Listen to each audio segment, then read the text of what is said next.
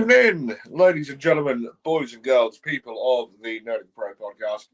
How are we? My name is, as per usual, Bobby effing Salazar, and welcome to night 2 of WrestleMania 42, WrestleMania Sunday, for the Nerdic Pro Podcast live reactions. So, yeah, let's see if tonight is any better than the absolute shit show that was WrestleMania 42 Saturday. So, yeah, because I ain't gonna lie, for those of you that have already seen it, then I'm pretty sure that you'd agree that it was a bit of a letdown. And yeah, they're now currently showing a few recaps of last night, as well as a few previews of the show tonight. Obviously, for the matches that are set to take place tonight, and yeah, I can't lie. I'm much more looking forward to tonight than what I am what I was for last night. And then I think my pre-disapproval of the show, I think, kind of caught up with me and kind of like agreed and what have you. So yeah, because yesterday was a bit of a letdown, shall we say, and yeah, so obviously we saw the return of Paige. Oh, and here comes the host of WrestleMania 42, the 17-time World Heavyweight Champion, the one and only John Cena. Now, I didn't actually know until he'd actually come out that they hosted Mania this yesterday, so that's how much I've been following and been giving a shit. So, yeah.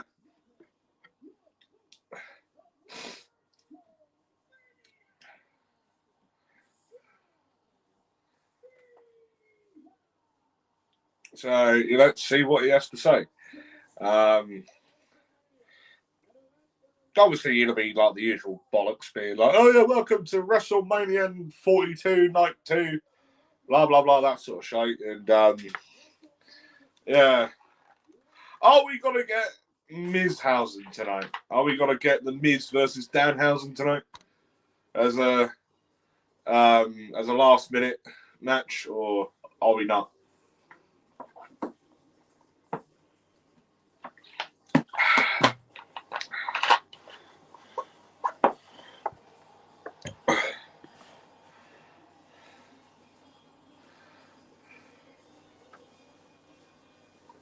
So I've just eaten the dinner, so I've already got fucking night shit all over my face. So here we are.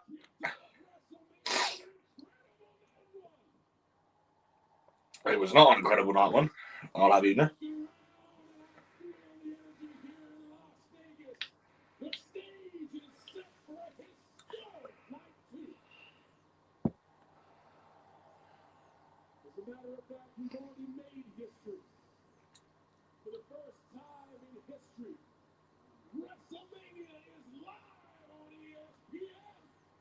For the first time in history, WrestleMania is live on ESPN.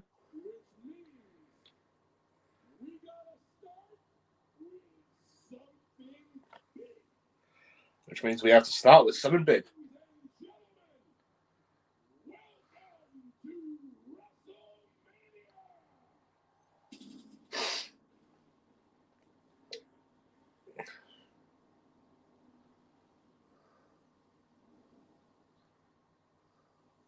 What is this? Some sort of thing on the screen. What the fuck is going on? The fuck? Has someone come back? Or is this just the opening credits on the main show? That was bullshit. Just fucking get the hopes up there.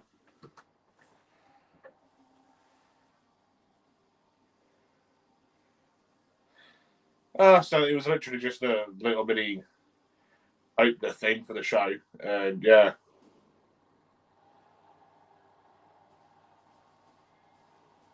over, over, over.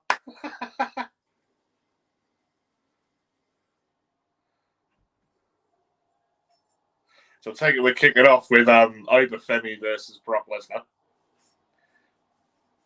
If they have Brock go over in this, then they may as well just stick Femi on the undercard for the rest of his fighting time in WWE, because they've built him up so well in his, through his time in NXT and on the main roster and all that shit, right? And built him up as this massive monster. And if they have him lose to someone like Lesnar, granted, again, Lesnar is a beast. Don't get me wrong, I wouldn't want to fucking double cross him and, excuse me, get on the fucking like the wrong side of him. But even still, you can't have him be this great big massive monster and then have a couple of German suplexes, have a couple of F5s, and then that be it. You know what I mean?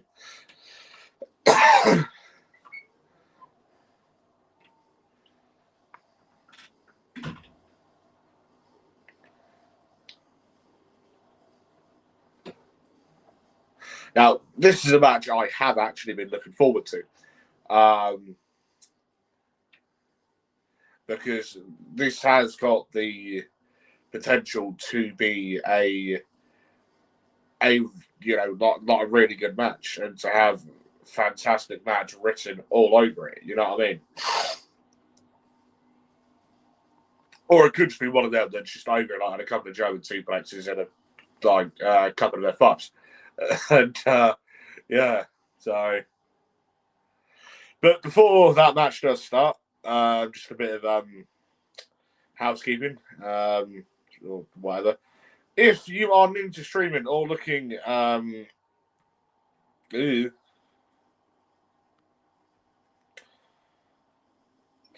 are new to streaming or looking to level up, please do check out the Nerdic Pro Podcast StreamYard link and get yourself a $10 discount if you wish to go premium on your first month by using the following link here. That gets you $10 off your first month. And yeah, so Richie Stoneham has said hopefully better than night one.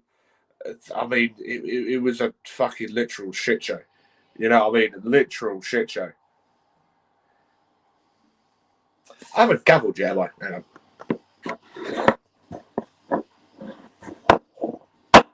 There we are.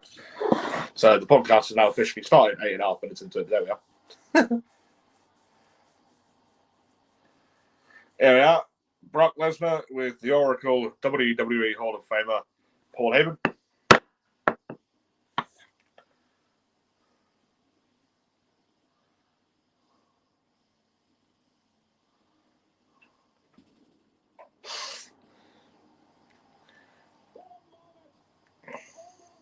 Oh yeah, Richie, I still need to send the link if you want to jump in. Hang on. Let me send it. Yeah, hang on. Where's the fucking group chat? Hang on.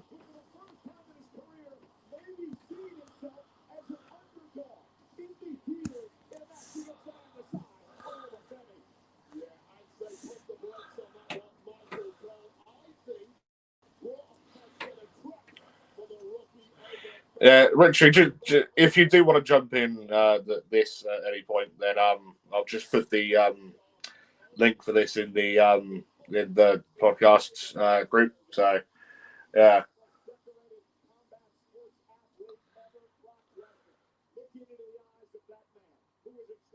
Oh, fuck me. Hang on. Was just a quick hi, shooting off to bed in a bit. And you watching this? You fucking lazy cunt.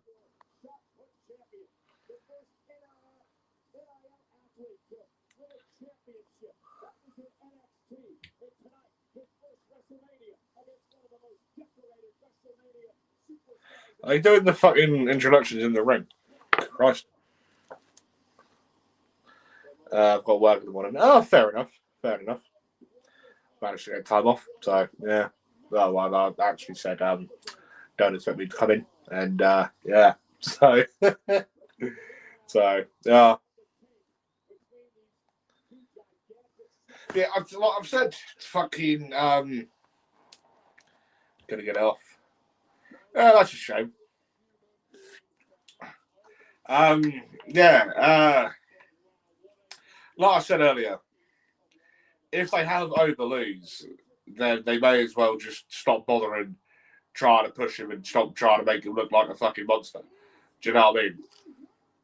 One fall!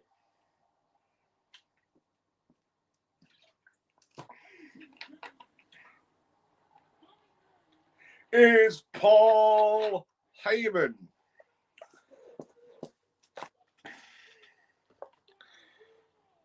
Gotta shoot. Enjoy, hopefully. I'll chat to you about it tomorrow night. Yeah, either we'll do one of these or we'll yeah, I'll give you a bell and whatever. And yeah, so anyway, so yeah, that is Richie Stoneham. He hosts the Feed Blegh thing here on the Nerdic Pro Podcast. And yeah, so go follow Feed Blegh on TikTok, Instagram, Facebook. All the podcasts are exclusive here on the Nerdic Pro Podcast YouTube channel. Richie the Prick is got like 6 episodes out now, 5-6 episodes out now, as well as some interviews as well, like some little mini gig interviews, pre and post gigs that I need to remix and make into shorts because helps with the algorithms. And yeah, so anyways, this match is starting up with a lockup. Neither man has moved an inch. Brock's going back a tiny bit, and again, Brock shoves him off, and Oba seems unfazed. How many manias has fighting Brock done now?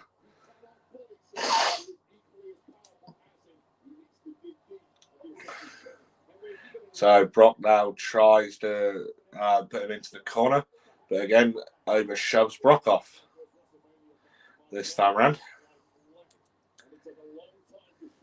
As I've said, these guys, oh, fuck me, Brock picks him up and shoves him into the corner, gives him a few jabs to the midsection into the corner.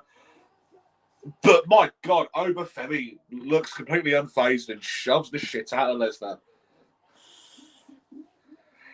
As I've said before, both these blokes are not the sort of sons of bitches that you want to get on the wrong side of because they will eat you the fuck alive.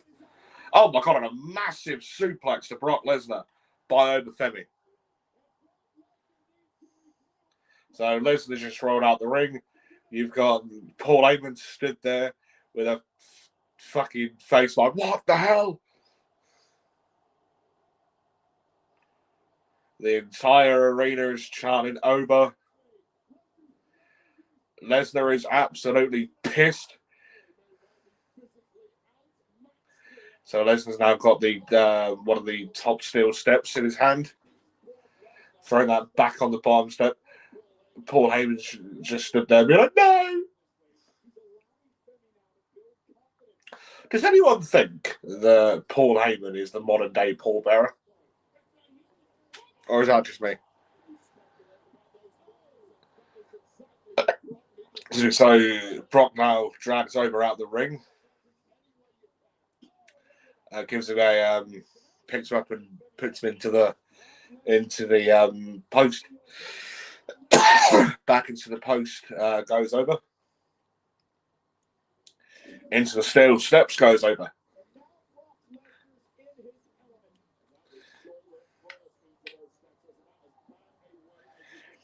Brock now throws Oba back in the ring.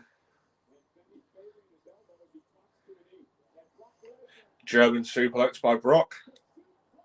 As I've said, I just hope it's not going to be suplex. Couple more suplexes, couple of F5s, and then that'll be the finish.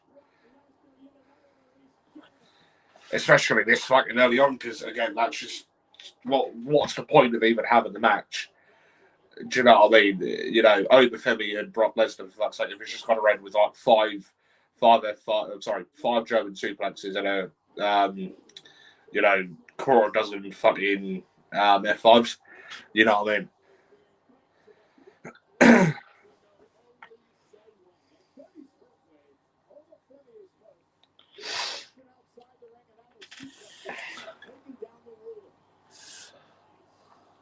Oba.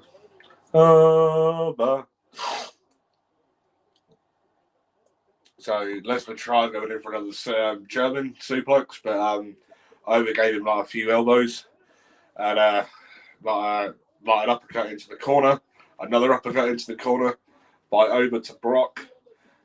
And he tried going in for a third, but Brock now picks him up for an F5. Does he execute the F5? He's executed the first F5. Oba's already back on his knees. So Oba's already taken an F5. Oh my shit, and a choke slam to Lesnar.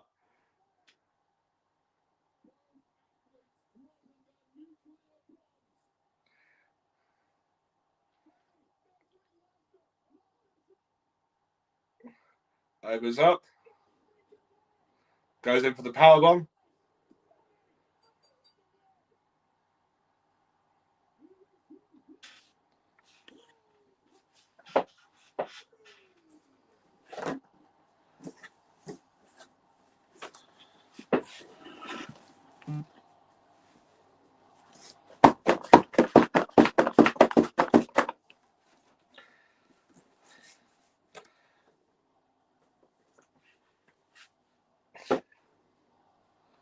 So Lesnar goes in for the F5, executes the F5. Oba literally ends up getting pretty much straight back up. Goes in for the choke slam and then goes in for the powerbomb. And then that's the match.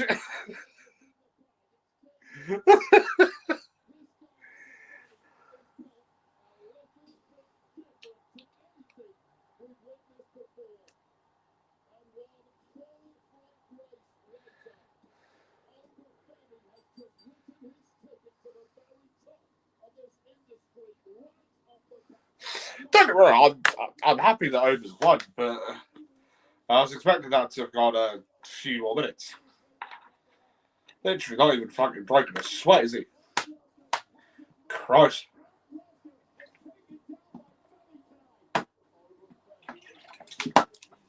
That'll be the last time we see Brock until build up for SummerSlam. It'll either be that or fucking Survivor Series or something like that.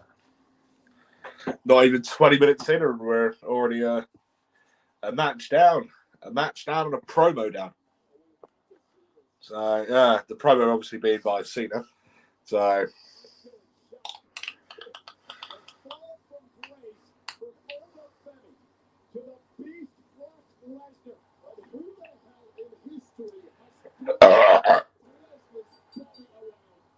excuse me.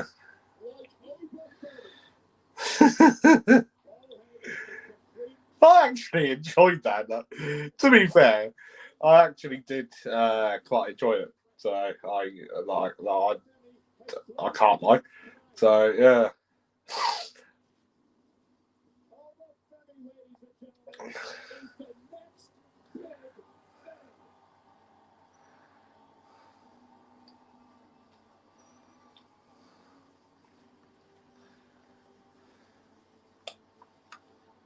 So Brock's only now starting to come round.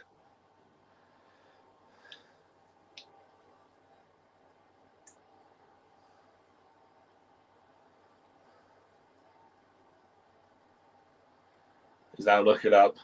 Is he going to take his boots off?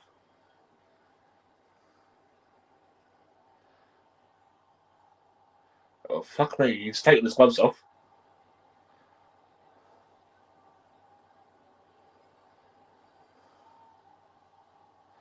What the shit? He's taking his gloves off. throwing him just like he's currently sat down. Judging by the looks of things, he's fighting back tears.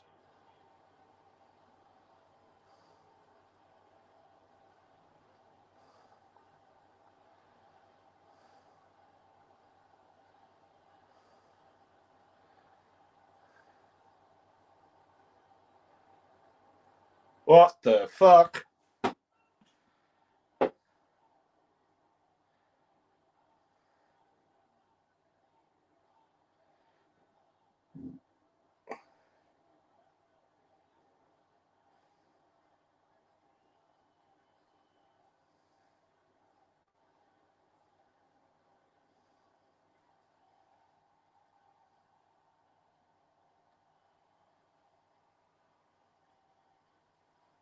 What the shit?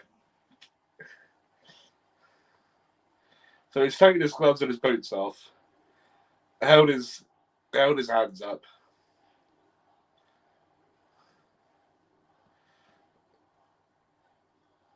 Is this him retiring or?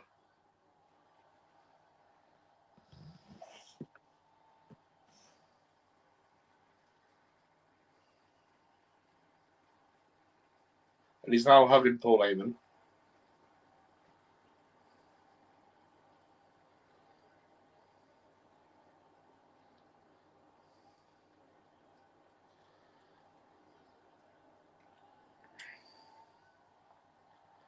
Paul's now raising his hand.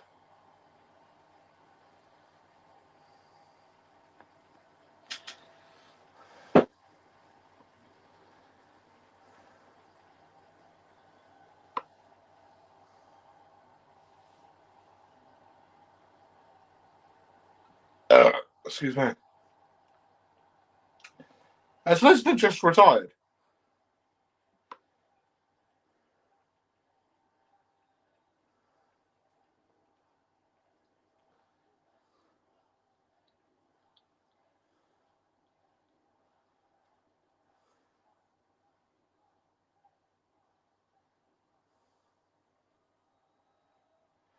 Oh, my days.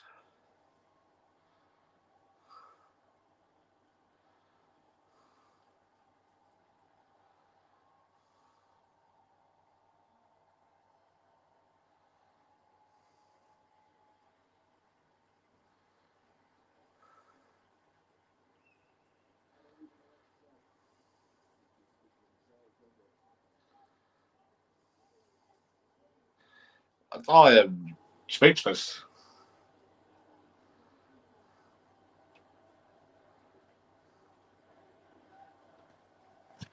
Thank you, Lesnar.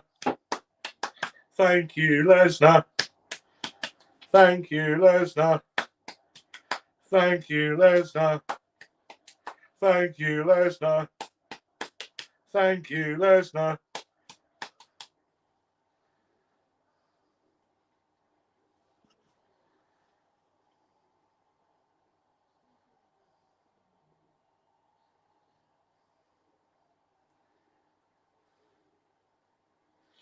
Well, I was not expecting that to kick off WrestleMania Sunday.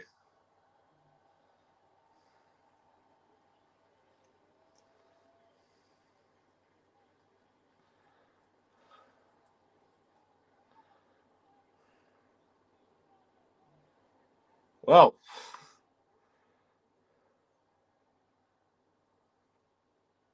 not only did Femi beat Brock Lesnar and Ober's WrestleMania debut, judged by the looks of things, he's also retired Brock Lesnar in his WrestleMania debut.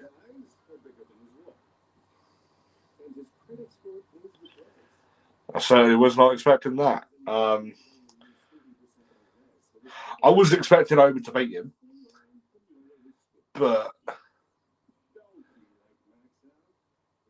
I weren't expecting Lesnar to have left his gloves and his boots in the ring.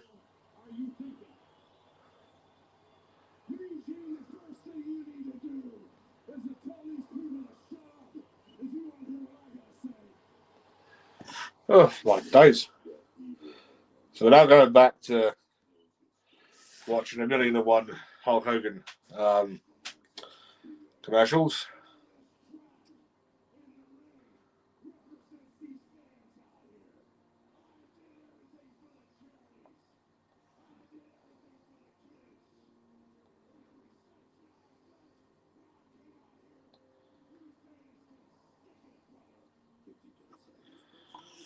So, well, that's kind of a bit of a shock to the system because, you know, I've grown up with Brock Lesnar. Obviously, physically not with him, you know, physically sat next to me, but you know, I've spent most of my life watching Lesnar since he came back to WWE in, when was it, 2012. You know, I was, you know, 3 years into wrestling. I'm 3 years I've been watching wrestling at that point.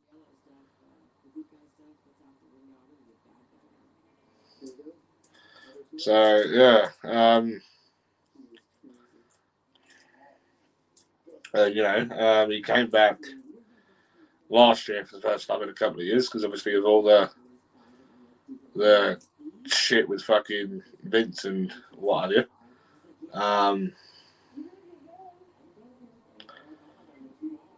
And then obviously to have that match with Cena and a couple of others, but yeah.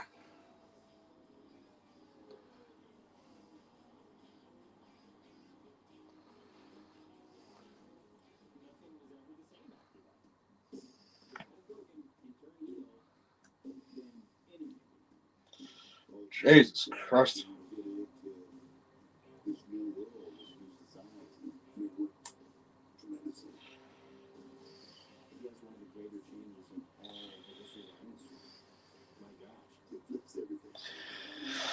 Oh dear. What is this they're fucking going on about? These fucking, because every fucking commercial last night was about this fucking Hulk Hogan fucking documentary. Yeah, I don't actually think I've seen one thing to actually say what it was it actually was. Obviously, it's a documentary about Hulk Hogan, but I've not actually seen. Is it out yet? Is it not? Or Mickey Nobody from Chaos Under No Ties wasn't expecting that. Neither the fuck was I.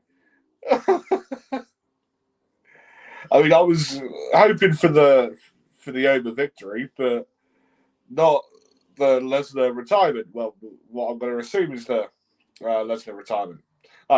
Available April 22nd. Now you tell me. What the shit? And yeah, the documentary is on Netflix now. Oh, fair enough. Bloody hell.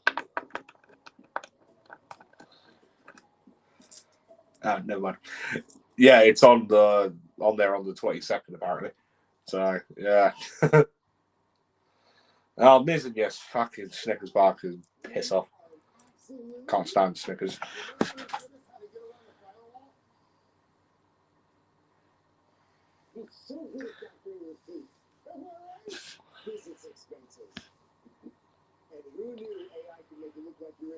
I thought I saw it on there the other day. Must have been an ad.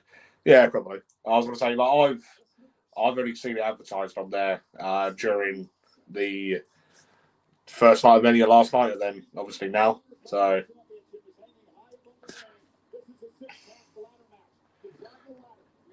the next match is the Intercontinental Championship ladder match. Already in the ring are Dragon Lee and Janie McDonough and Rusev. So neither of them three get fucking entrances. Tosses. Rey Mysterio, the living legend.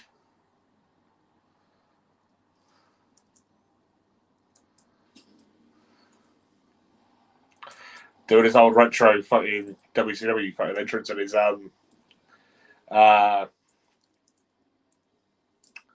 doing his same thing on his debut episode of Fighting SmackDown.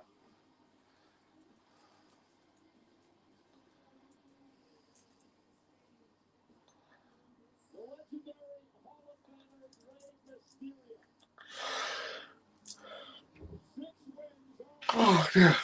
I've had the pleasure of working with several people who have shared the ring with this man. Sharing the ring with several people as well who have shared the ring with him. So, yeah. As for those of you that don't know, I travel the UK refereeing wrestling. So, yeah. Work with a ton of... No, I'm trying to tip you in the horn. Work with a load of ex-WWE guys, Pro Wrestling Other guys, Ring of Honor guys, TNA guys, AEW guys, New Japan guys. So, yeah. Current TNA guys as well. So,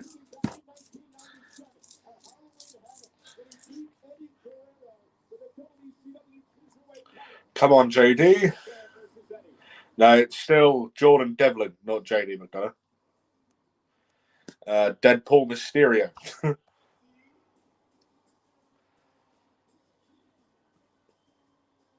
I missed him when he came to Swindon. Oh, that's a bit of shit, isn't it?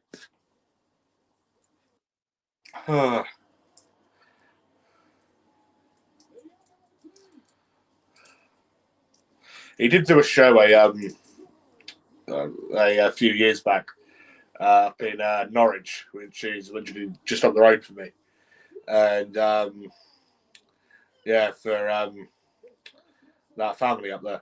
And so Paige, her family. So yeah. Javon Evans.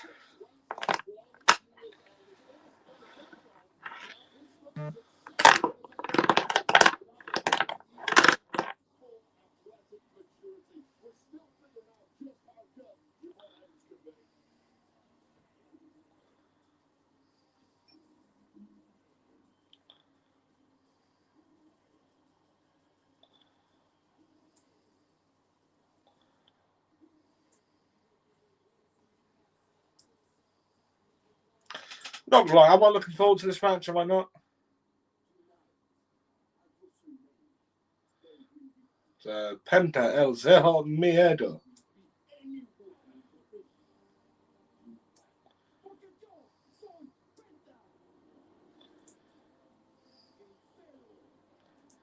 Just getting a promo package beforehand. Coming out looking like the fucking Great Muta. Lovely.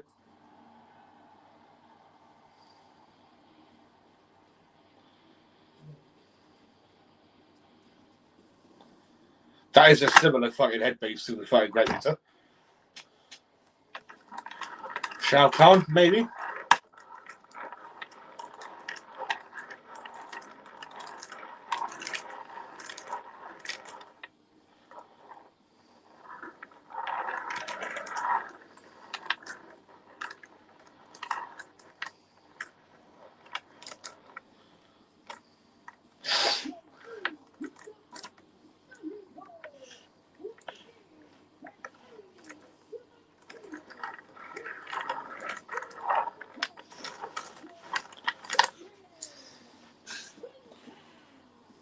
Yeah, MK Dragon died him. Yeah. Yeah, that is Shao Kahn. So, who we got in the thing? Holy shit! What happened there?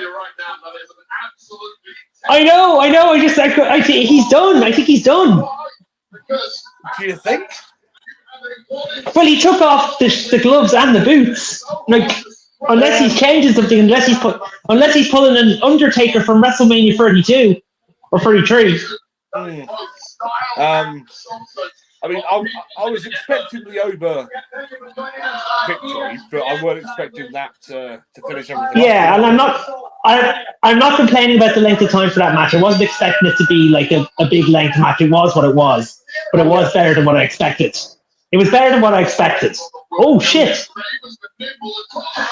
Yeah. Do you feel I wonder why McDonough, Dragon Lee, and Rusev didn't get their entrance music played. Yeah, I wondered that. Because it came off the commercial talking about the Hulk Hogan documentary, and then just randomly started looking in the ring. Oh, because like Dragon Lee, and Dragon Lee, and then Rusev was outside the ring, and I'm like, I mean, like even in they've always given everyone their entrance in the multi-ladder man matches. Oh, yeah, I know. There was a big rumor, actually. I was watching I was reading a post on, I'm not going to say, there was talk that Leon Slater was supposed to be out of this. Was he? There was talk, I read a post now, it could have been a bullshit post, that they were going to add Leon Slater to the match. Now, that would have been interesting for sure. Oh. I'm only staying here, I'm not watching the full show, I'm working the next day, so I'm just watching these two matches. I originally wanted to see Brock versus Oba, but I watched this and then I'm going to have to hit the hay. So I got work in the morning, but I'll watch the rest of it. I was going to say, Richie jumped on earlier, in the comments saying he's got work early tomorrow morning, so can't watch it tonight. So, yeah, which is fair enough. So, yeah. Yeah, now I was thinking now because of this they were going to do Brock versus Gunter, but another report I read. Now I'm not going to say it now because I'm not going to say it now, but a report I saw earlier on Ringside News and Rumors about the possibility of something else happening for Gunter at SummerSlam. So now this whole Brock thing has started to make the change.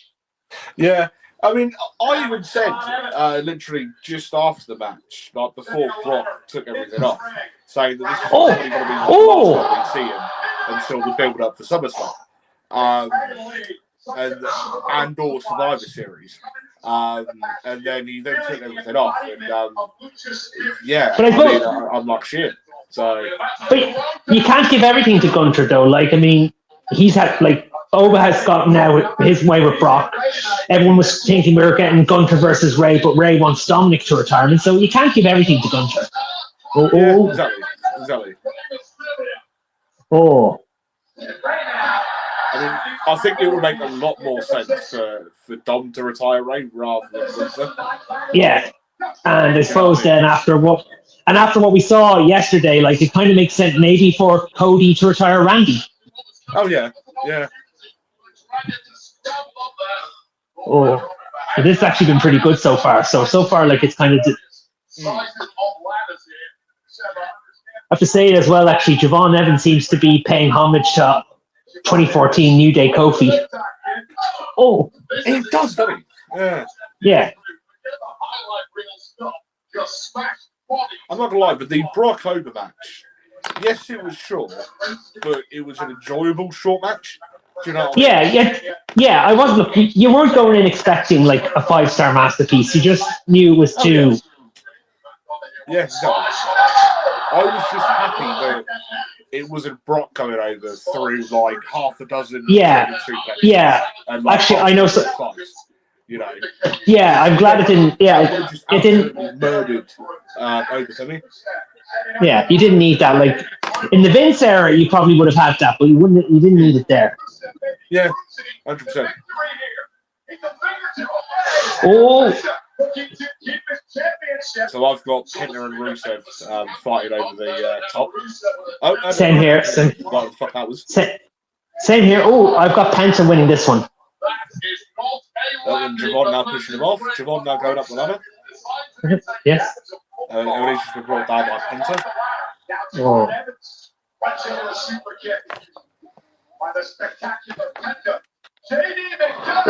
Oh. I don't think this will be the last we'll see of JD McDonough. I'd say he'll play a part in the street fight. So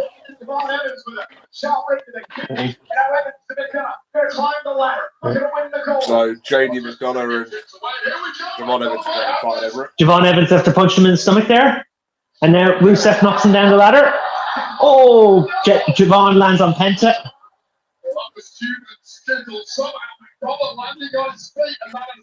McDonough like a cat. Now, fuck me, Javon's already up. Yeah. Oh, what? Oh! Javon Evans is like bloody Miles Morales Spider-Man.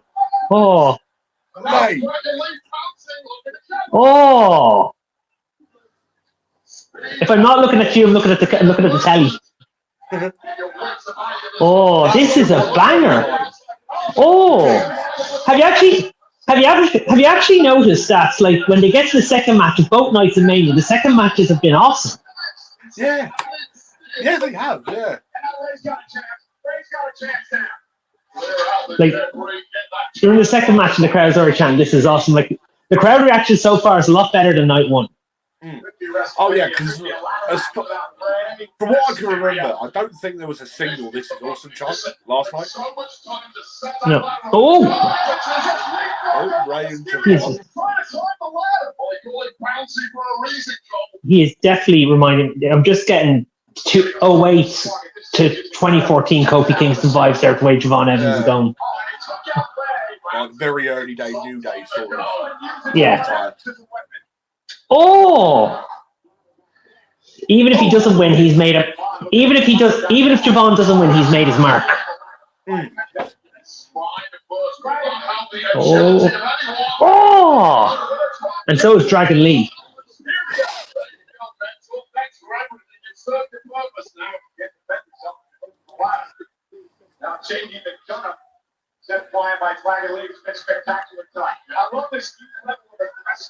Rusev's now up.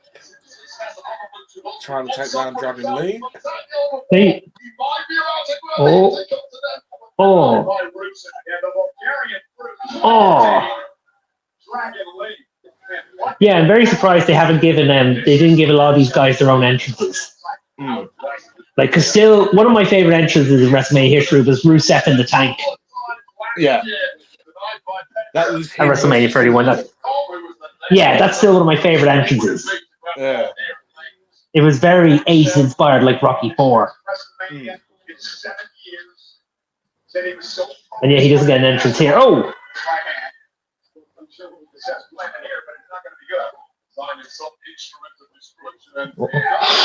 Oh! Oh, this is it. Hey, this is probably the biggest match that Rusev's had in a while since his couple. Well, this is the biggest match he's had. Oh, probably second biggest since the Donnybrook match with Sheamus. Like Tuesday's a year since he. It's like Tuesday since it's actually Tuesday marks a year since he returned. Yeah, and not being funny, like as you said, the only sort of things that he's actually done really is have that feud with Sheamus. You know, yeah, like, he's sort of like dipped in and out of like, you know, the sort of filler matches like on shows. So yeah, like he's like the two things he'll be remembered. Like, oh, lovely, oh, fucking hell.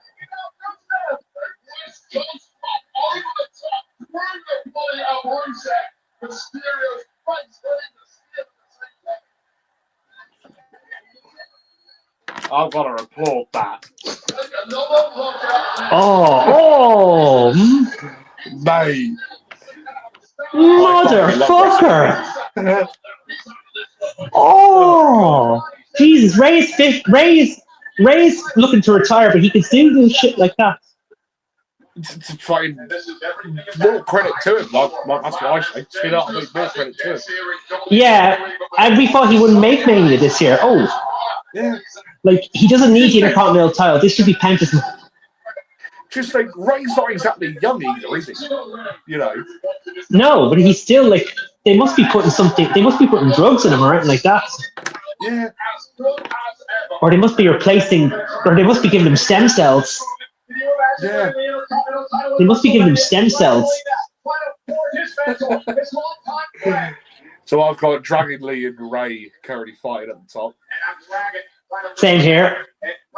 Mentor versus student.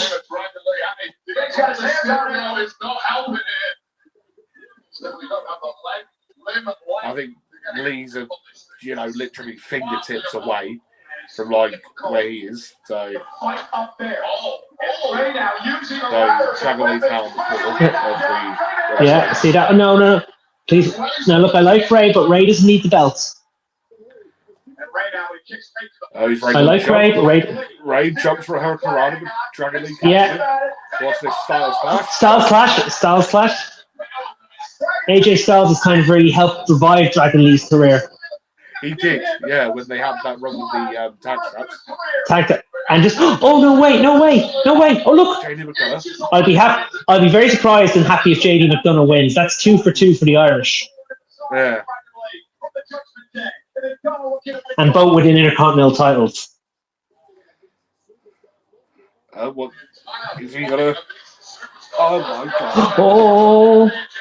Oh yeah!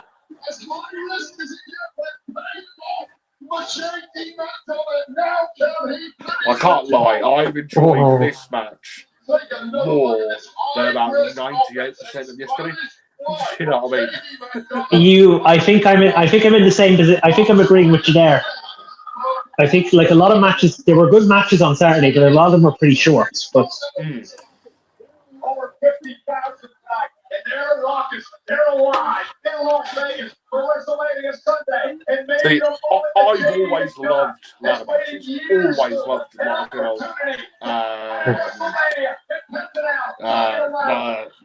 like a ladder match. I refed one CXW down in Braintree with Saxon Huxley and Jack Landers, where I remember Saxon Huxley.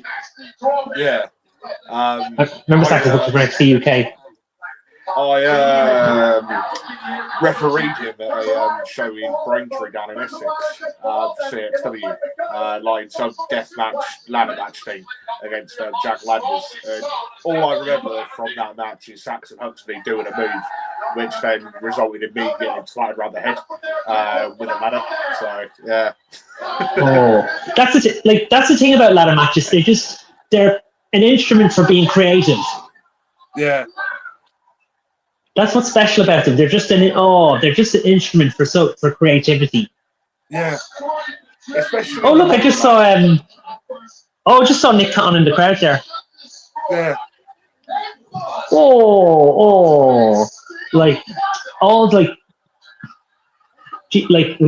So in nearly a year, I've seen a Devil's Kiss on a ladder, and now I've seen a Penta Driver on a ladder. No, not a Penta Driver. Flipping, I don't know Penta's finishing move called. What's it called? Mysterio's bleeding. Javon Evans is at the bottom of the ladder. He's now looking to go. Oh no!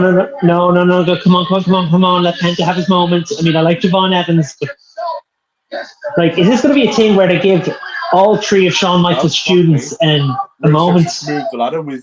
Oh look! Javon at the hanging on. Shades of Jeff Hardy, WrestleMania 2000.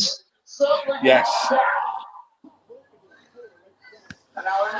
I was just thinking, was this going to be the night all of the three stars from NXT last year were going to get a moment? Oba, Trick, Javon, especially after that main event they had at Stand Deliver last year, which was brilliant. Now I see that Tommy Lambert is in the comments. Bumhole, lovely. big hairy crusty ones, lovely. Cross. What's Devon doing? Oh my god! Motherfucker! What the shit?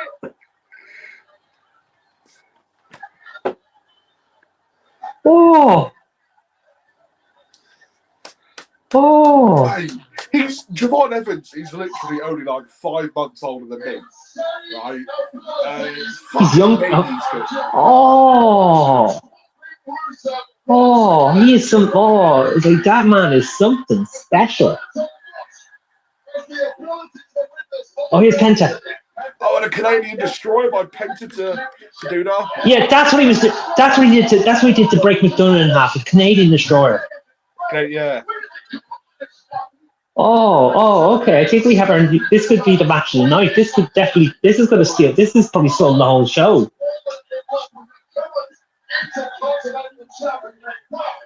I have massively enjoyed this than literally the entire show yesterday. Penta is the Intercontinental Champion. Yes, yes, yes! Hooray! Hooray! Hooray! Yes. Well earned. He deserved it.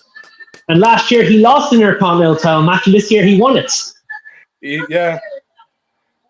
And he actually looks like, this actually, the way the camera's moving there, it's kind of like something in a 2K game. See, I've been saying that like for a few years now. I remember the 2021. I've been saying that since 2024, that the camera, like when the crowd, wrestlers are walking out, have been introduced, the camera turns into a video game. Yeah.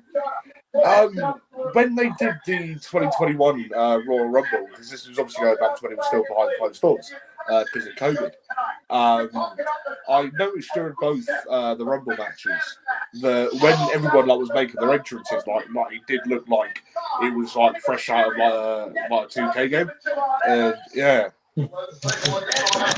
Oh no, I really enjoyed that. No, I really enjoyed commentating with John. Yeah.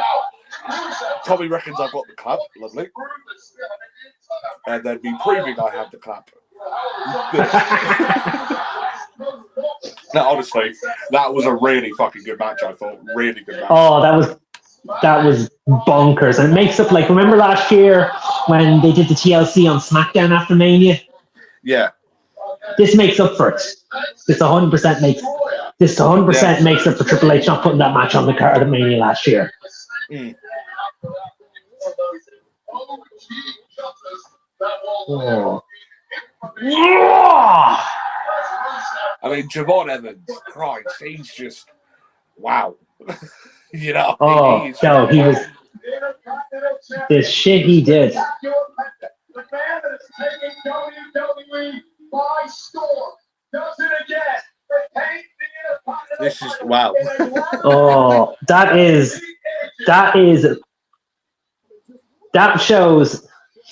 match showed that a certain person fumbled Penta big time. Mm. See, That shows that. He said this since Penta made his first appearance on Raw, start of last year. He's going to struggle to have a bad match, and I legit can't say that in his time in WWE, I've seen him have what would be considered as a shit match. Don't get me wrong, a lot of matches have been better than others, right? But I wouldn't exactly go out my way to say that he's had a shit match. Do you know what I mean? No, any match he's done, he's just put on a banger, whether it's with Chad Gable or with Finn Balor or with Gunther. He puts on a great match. Yeah, 100%. Oh, hang on. We're just going back over and Brock. If that wasn't shocking upgrade, the greatest combat athlete in the history of the planet, that man Brock Lesnar, he shocked all of us. He took off his boots. Yeah, I'm still in shock. I know. Well, you know. I know. Like, I'm still thinking he could pull an Undertaker the next, but I could be wrong. Like, there'll be. Yeah. Here, come here. I gotta get going. Oh, dear. Come here. I gotta get going. All right then. All right. Oh, thanks again. Thanks again. I'll talk to you again. Yeah. See you in a bit, mate. Look after yourself. Bye. Why are you doing broadcasts when you have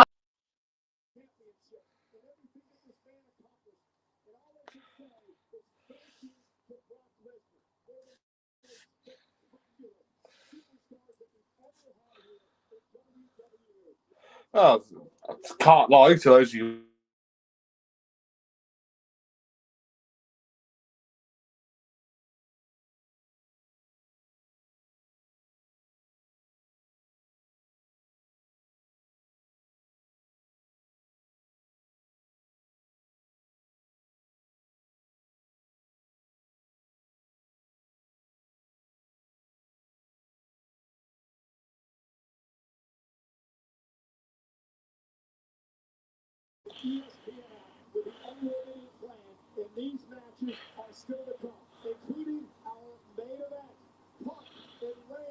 Hang on, Tommy.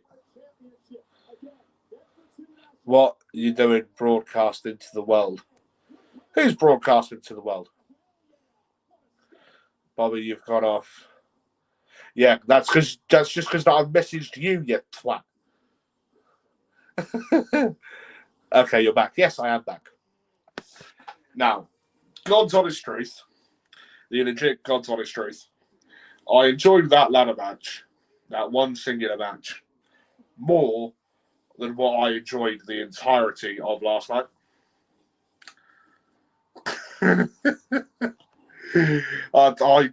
Yeah.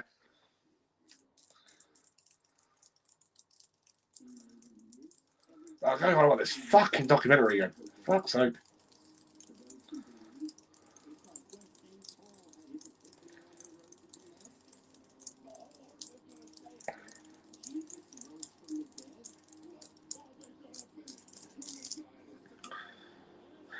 Like what I normally do, like the week of Mania, I normally try and watch like the first couple of Manias. That's sort of like a tradition that I do. But I've not actually done that this year.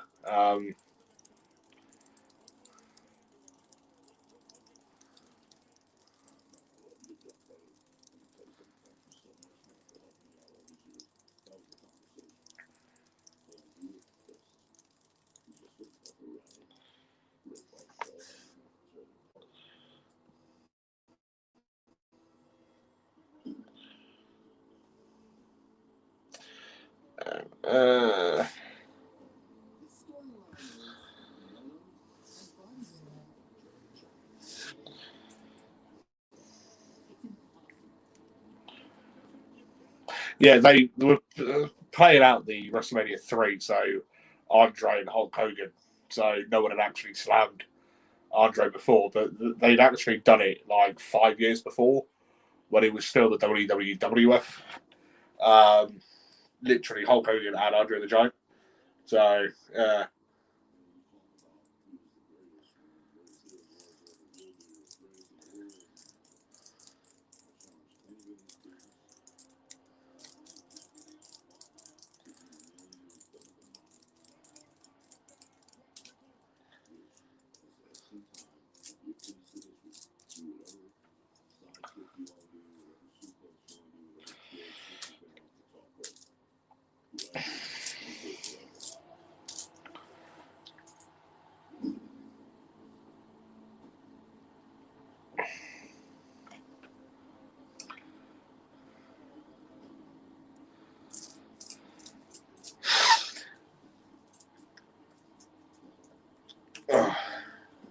yeah, when this documentary does come out about Hulk Hogan,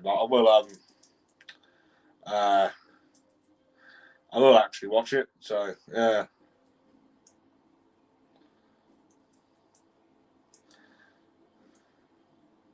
Because it's the thing, I'm a big fan of watching wrestling documentaries, like especially ones that are about like I'd probably say pre-Attitude Era. So sort of like October '97 and prior to that. So yeah, that's not just not the WWE, WWF, and like as it were, but just like wrestling like as a whole. And I'm thankful in literally about a month's timeline, about 3 or 4 weeks time, I'll be welcoming on the associate producer of pretty much the most famous wrestling documentary that exists of 350 days.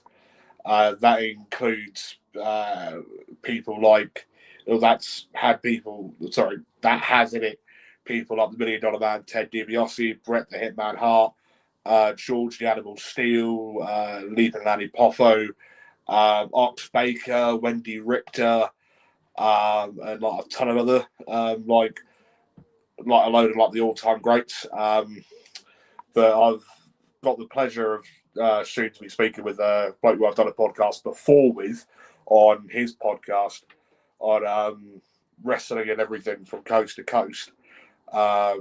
Evan Ginsberg. and also be welcoming on his co-host for his podcast, Russ Jackman as well, who even once managed to the ring Nigel McGuinness, and yeah, so.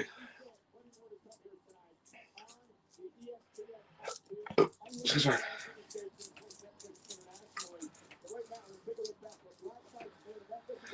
So yeah, that'll be fun. Also, Evan is a big time wrestling author and historian as well. As I said, he was also the associate producer for the two-time Oscar-nominated film, The Wrestler. And as I've already said, he was the associate producer for the very famous wrestling documentary of 350 Days. Again, he's appearing here on the Nerdic Pro Podcast in about 3 weeks' time, 3 or 4 weeks' time. So, yeah, alongside Russ Jackman. So, yeah.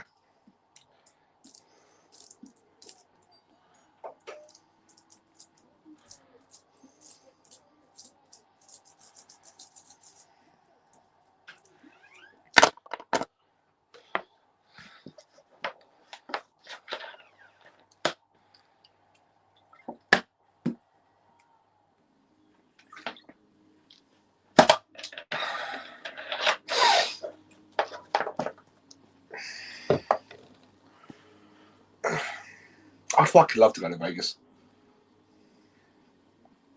Because Vegas is literally in the fucking middle of like butt fuck nowhere. So, yeah.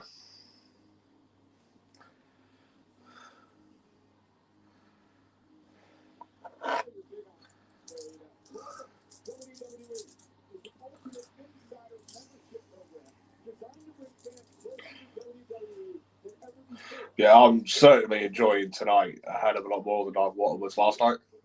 Because if you go back and watch the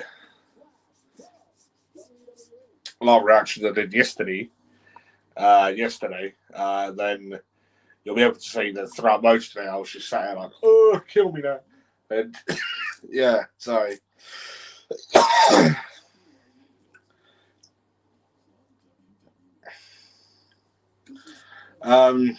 So yeah, literally just sat here. Probably going to end up watching another fucking year and a half's worth of fucking adverts. So yeah. Which, if the match they're coming out with was good, like that ladder match was, because I thought that ladder match just now was really fucking good, then I don't necessarily mind. But if the matches are continuously shit after shit after shit, fuck me, the beard on this guy, Rick Rubin, don't know who the fuck he is, but okay. Then yeah, you know, that's sort of when the boredom kicks in. Daniel Cormier, MMA and UFC legend. Joe Jonas, yes. He's one of the Jonas brothers, isn't he?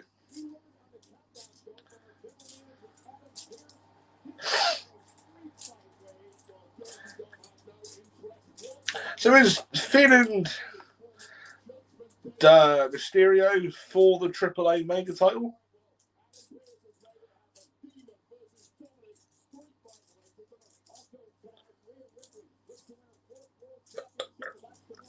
Excuse me.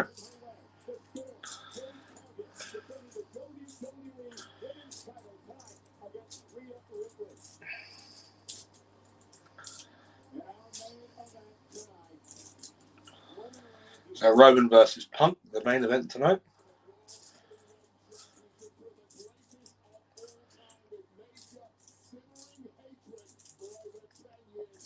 We'll also be seeing Jade Cargill versus Rhea Ripley for the WWE Women's Championship.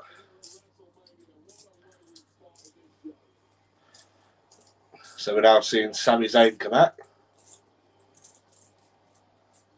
Whoa, whoa, whoa, whoa.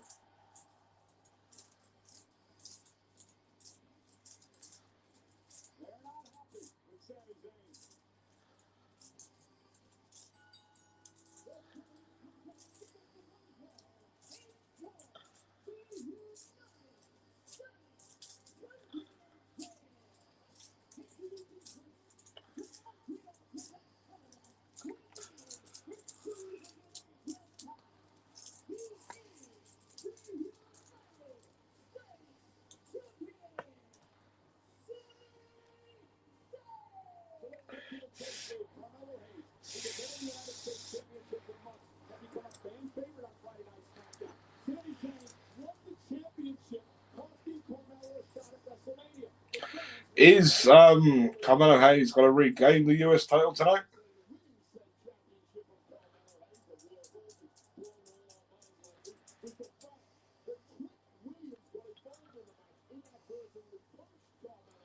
Or Trick Williams, who the fuck?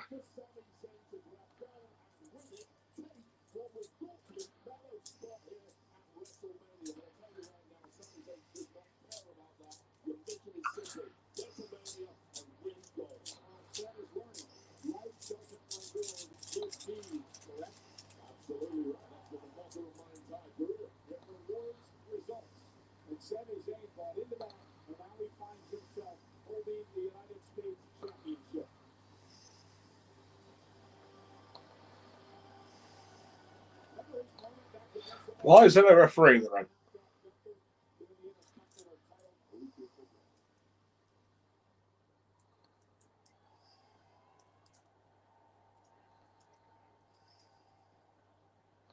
I guess he's cutting a promo. Is he cutting a promo?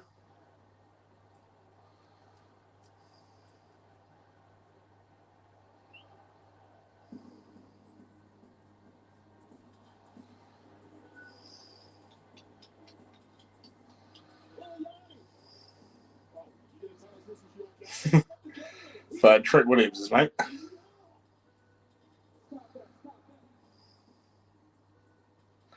Lil Yachty.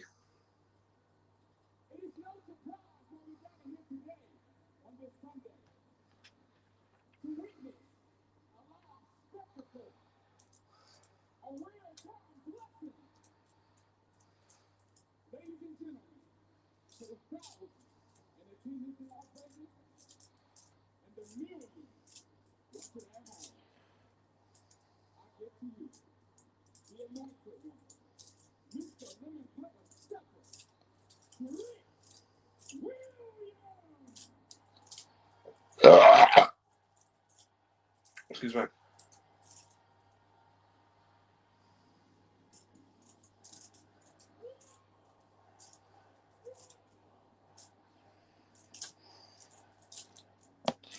Then Trick Williams.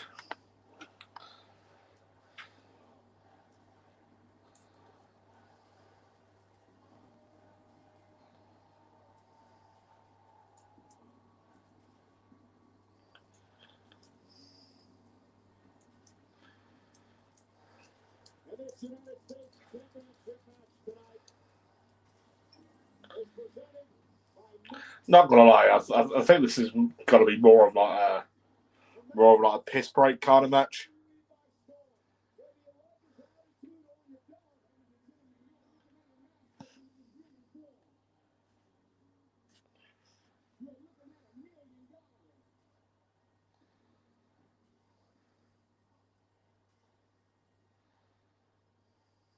Whoop that trick!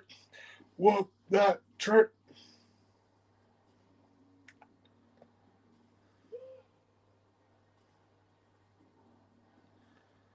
Whoop that trick! It literally looks like he's got a roll of arse wipes attached to his fucking gown that he's wearing. Like a massive roll of bog roll. It's just come off of that legend that countertop looking thing that he was on.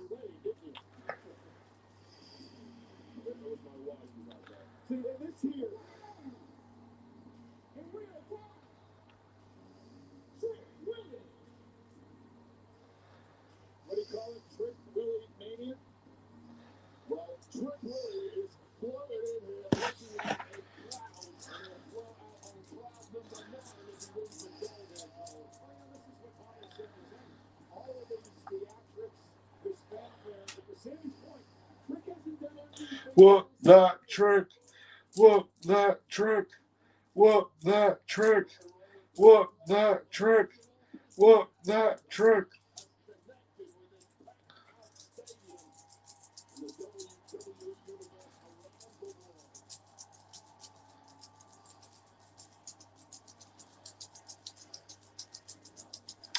So the rest of that back is now in the ring.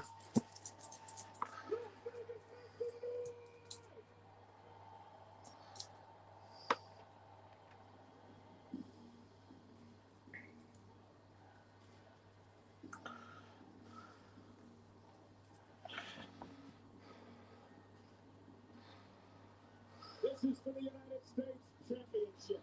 And you have to wonder what the first ever United States champion, the late great Harley Race, would think about someone like Trick Williams. My guy, here he is. I told you, Ed. Little Yachty. I told you. Well, even I did a handshake with Little Yachty. So started up. A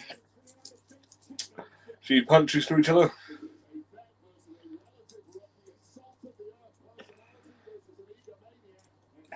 Bit of a line to Trick Williams from Sami Zayn.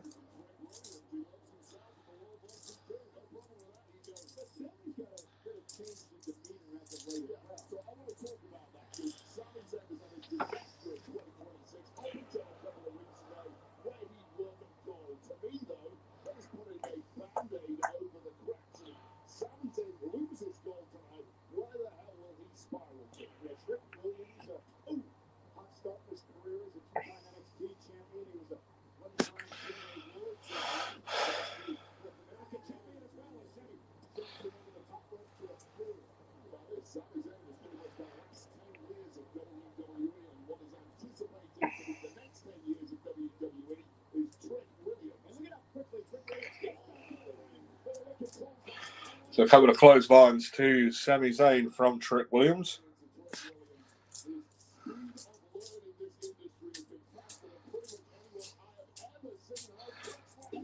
The neck breaker from Trick Williams to Sami Zayn.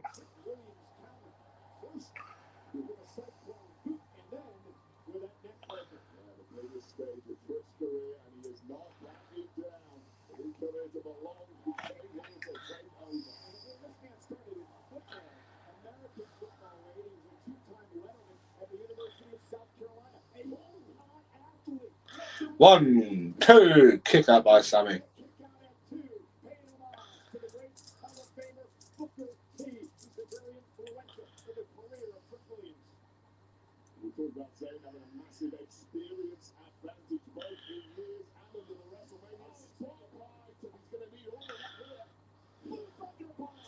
It's on the bomb from Sami to Trick, and he kicks out at 2.5.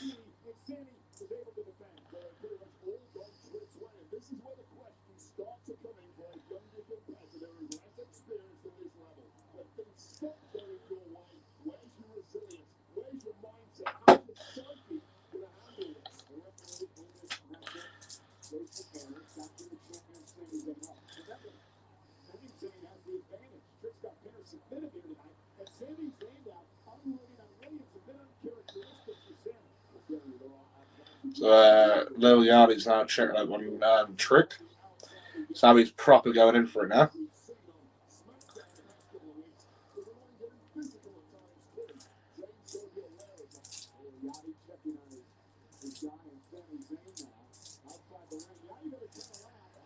Oh, he now goes for Lil Yachty on the outside of the ring. This is Sami Zayn. Goes in for Lil Yachty. Like, is that his fucking name? Lil Yachty. Now throws him into the barricades. Oh, good God. As I said, this is more of a piss break match, if anything. So, we got to see Sami go full heel tonight.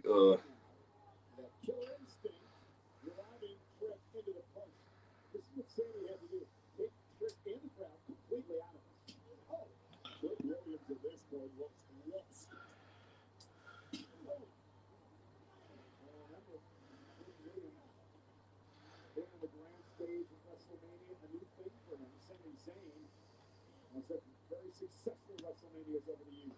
You got so much adrenaline and excitement coming into your first WrestleMania. So, Brain Buster onto the outside of the apron. They're free checking on him.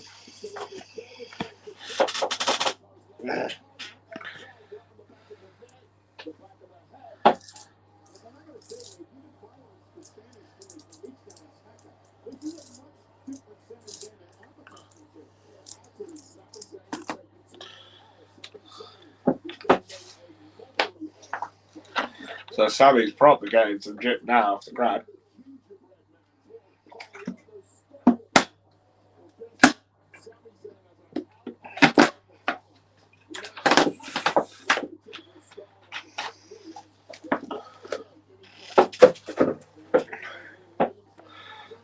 So he now gives him a Haluna kick onto the barricades.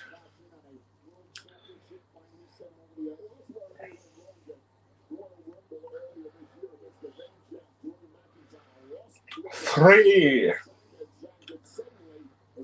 4, because Trick's on the outside, the referee's counting.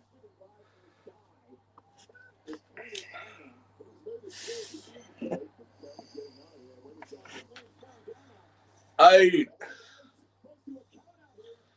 9, just about beats the 10 count.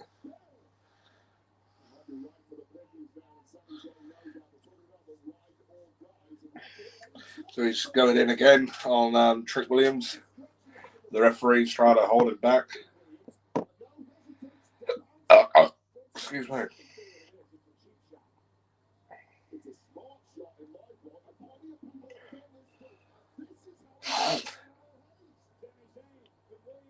Another Haluna kick. Have you seen that? Oh no, the referee's back was turned onto Trick Williams. Lil Yachty gets involved. Sami Zayn kicks out.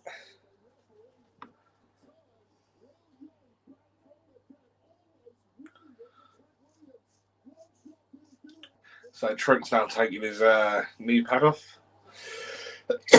One of his knee pads off. Tries going in for like a jumping knee kick. Puts the ref in the way. Roll up by Sami. Kick out of 2, and then throws him into the corner. Obviously now looking at another Haluna kick.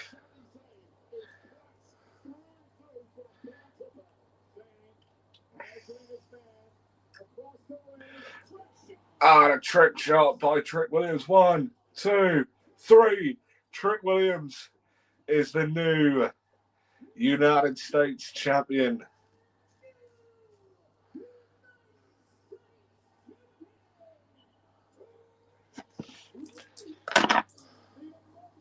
What that trick? What that trick?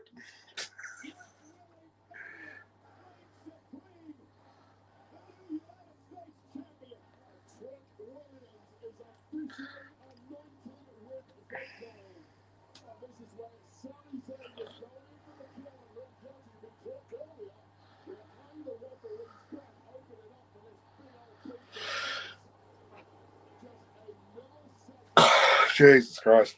That match was all right, to be fair. A lot more enjoyable than a lot of the other shit that was on last night.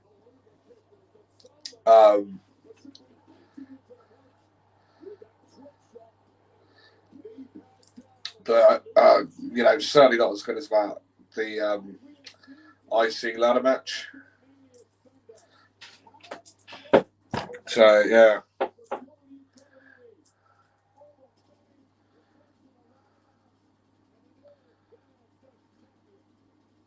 So yeah, Penta has just won the Intercontinental title, courtesy of the ladder match.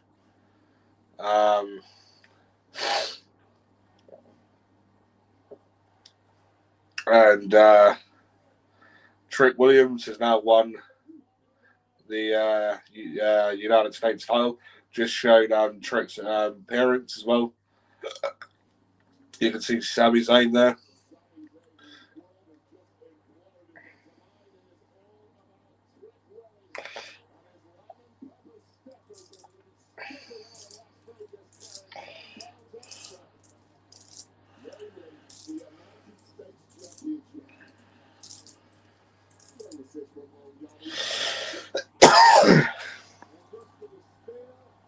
What that trick? What that trick? What that trick?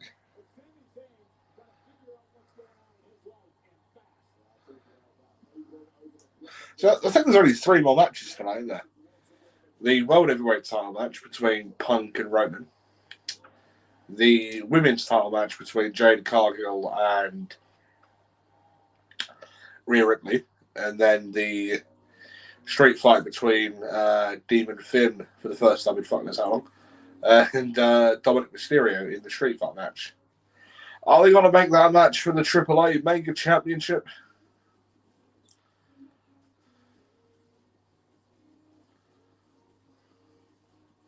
So whilst we're on another year and a half's worth of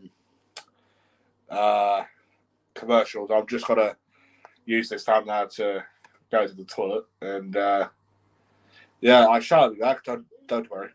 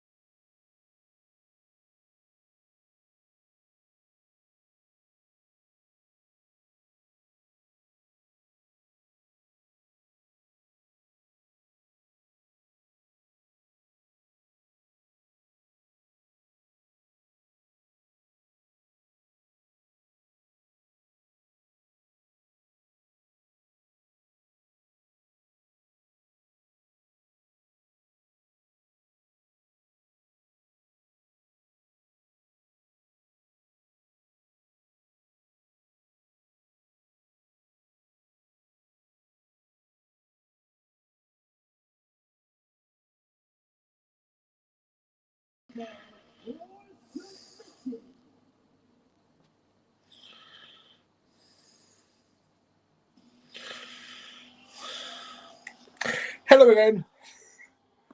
Right. Yeah. So the next match. Sorry, yeah, that was a bigger shit than what I thought I needed. Yeah, so the next match is the street fight match between Demon Finn Balor and Dominic Mysterio.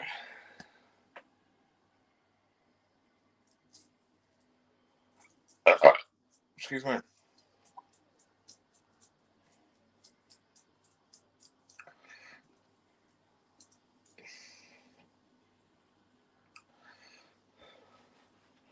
So Dom obviously coming out with the mask and coming out with the load of people.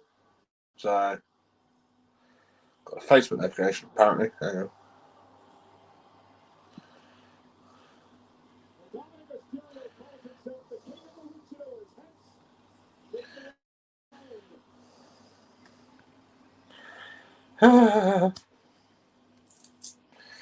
Am I looking forward to this match? Not particularly.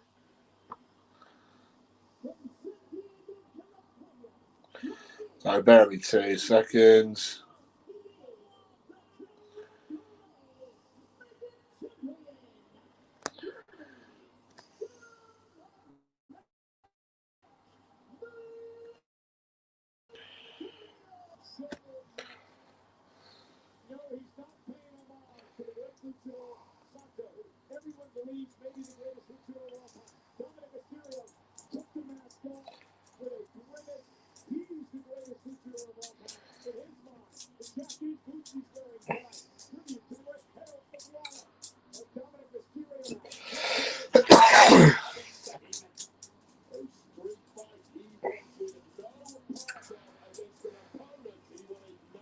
So obviously this is a load of guys off the Indies, I'd imagine.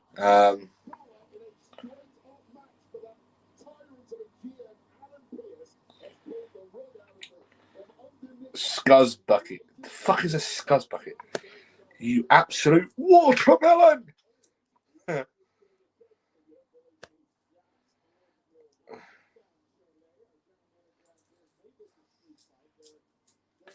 So it's now a straight fight thanks to Adam Pearce. So yeah.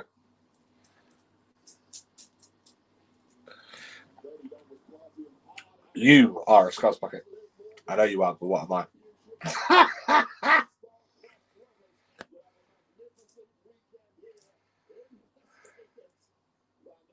You can tell I'm bored, can't you? First 2 matches I enjoyed. The Trick and Sammy matches were all these tosses around the ring. They're probably AAA guys and luchadors and shit, all there. People from the fucking WWE RD program looking like fucking luchadors and shit, you know what I mean? So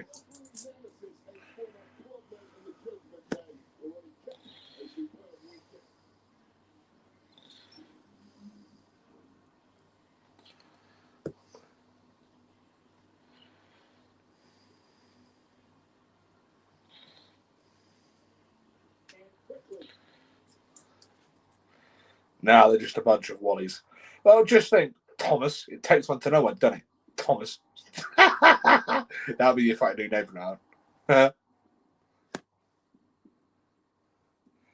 Oh, I've missed this.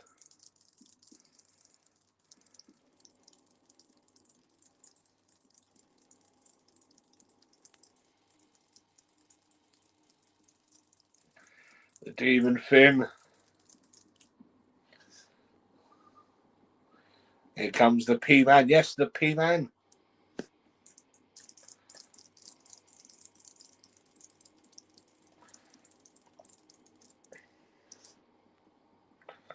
Stop that fucking noise. What, this?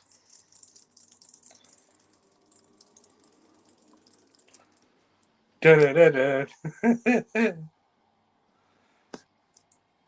Da-da-da-da-da. Da-da-da-da-da. Da, da, da.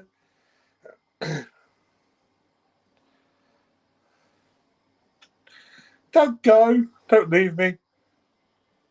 Da, da, da, da, da, da, da, da, da, da.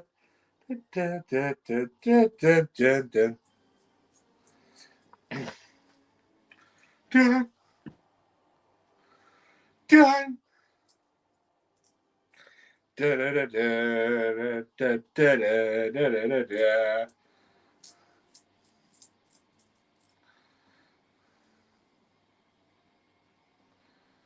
People are literally fucking covered in that fucking stream stuff. Ringside.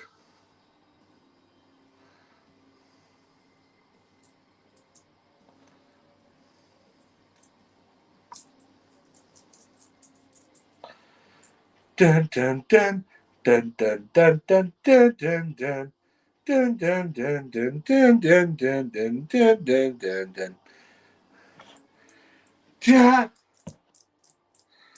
da.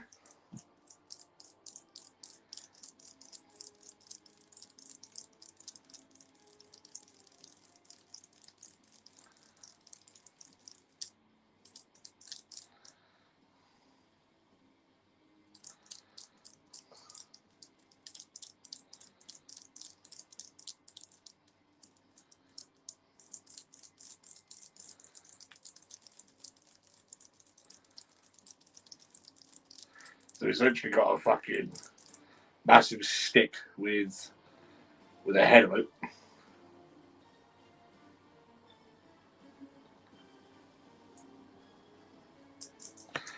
it. Da.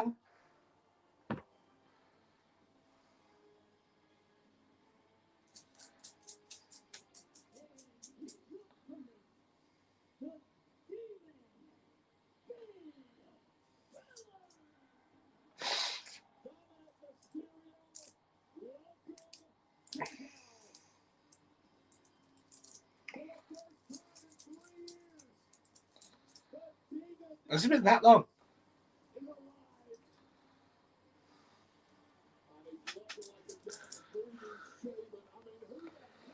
Dominic's hiding behind the announce desk. Yeah, I did see that. And, Michael Cole ended up giving him a bit of a smirk. So, yeah.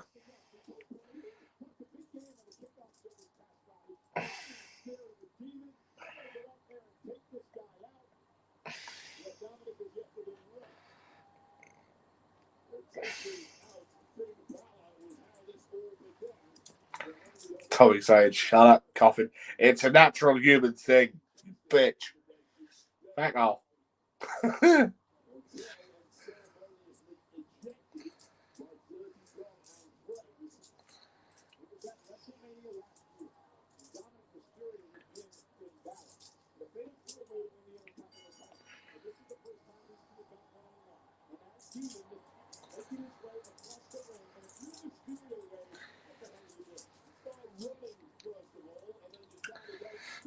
Yeah, this is probably going to be like another piss break match. So, yeah.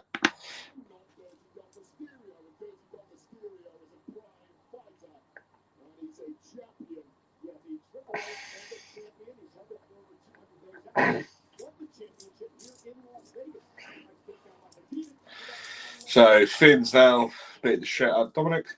Dom throws him over, shoulder, line,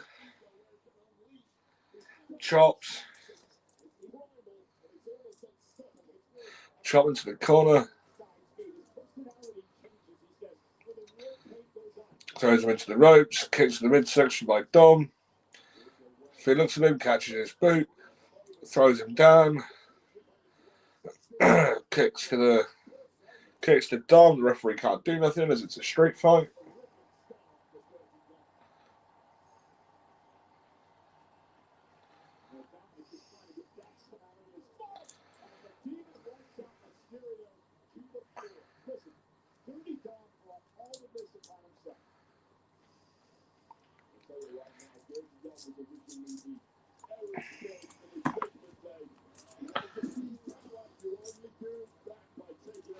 So Finn's now under the ring, found a kendo stick. Unless your name's Tommy Dreamer and you call it a Singapore cane. Oh, Tommy, you slut. One of my fucking chair to collapse. You bitch. I hope your fucking house falls down. London's burning, London's burning. Fire, fire, fire, fire. Oh, Dom now flies out the ring.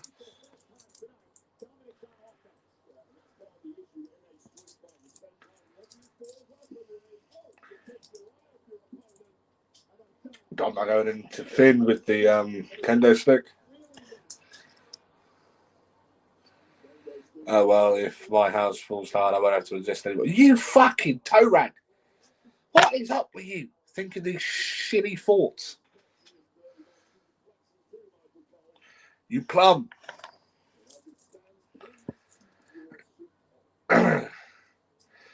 So Dom's now throwing in a couple of steel chairs. Can't stop yawning. That's what, 4 chairs. Goes to the midsection of Finn. Twats him with the side of it.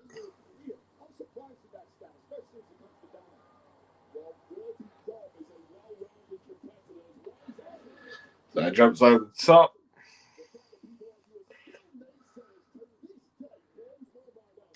Couple of punches to the head of Finn.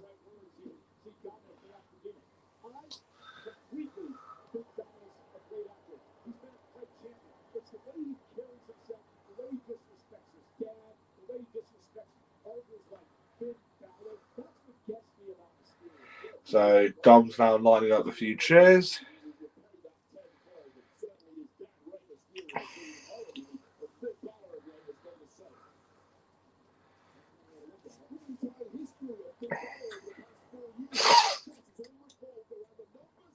Oh, bloody hell.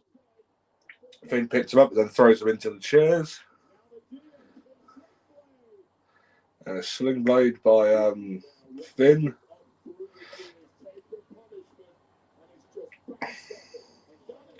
And a super kick to Finn. Drop kick to the back of Finn. Sends him into the ropes. 619 to Finn. Sends him onto the ground. Goes up. Does Dom.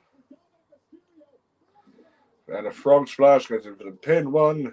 Just a kick out 1.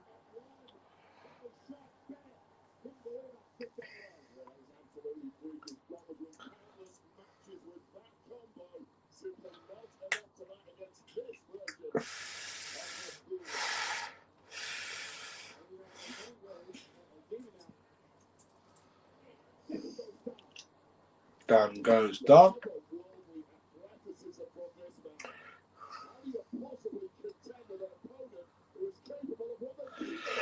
And drop kick into the corner. Another drop kick into the corner by Finn onto Dom. Easy now got to go for the Kinshasa. No, not the Kinshasa. That's fucking Nakamura in it. The coup de grace, even. Fucking Kinshasa. That's fucking Nakamura's finishing it. Twat.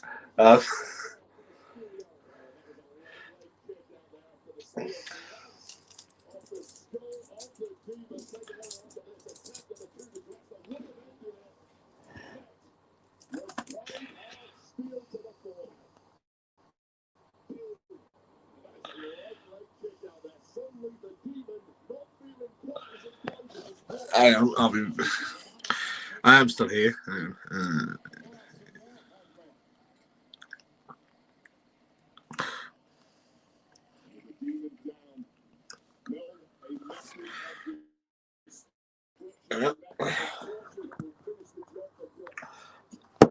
Sorry, I'm trying to message someone again.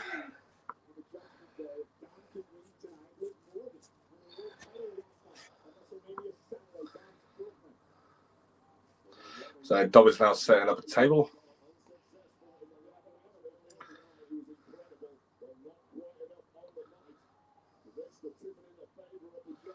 He can see Finn.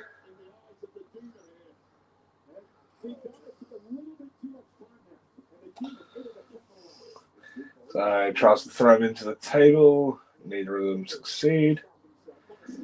Sling blade to Dom by Ray. No, fucking Ray. Finn, even.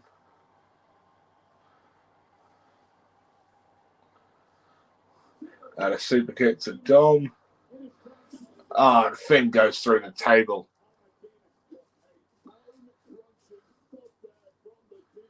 If this was a table, like if this were a tables match, Finn would be done there. He now takes a chair shot to the back and gets strangled with a chair. And a 619 with the chair on his head.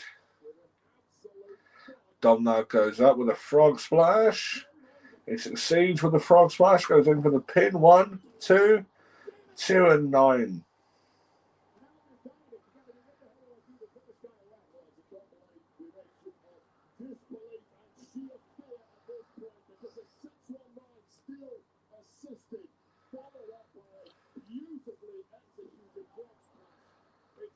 One, two, and then the kick out.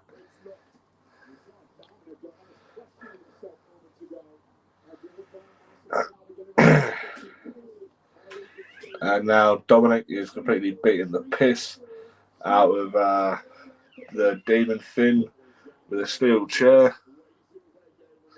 He's now getting out the ring. This is Dom going underneath the ring again, is he?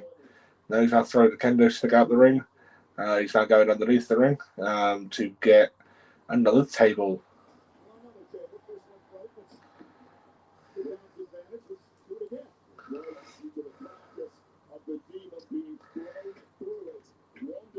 It now puts the said table he's just got out from under the ring into the ring. Not going to put the apron back down. Okay, fine.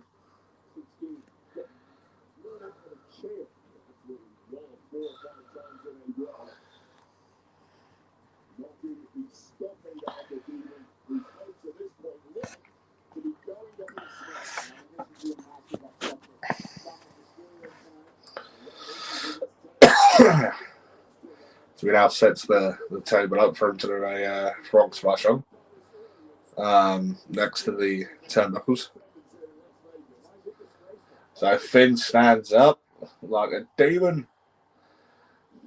Dom looking like you should see the ghost. He takes a massive clothesline off of Finn.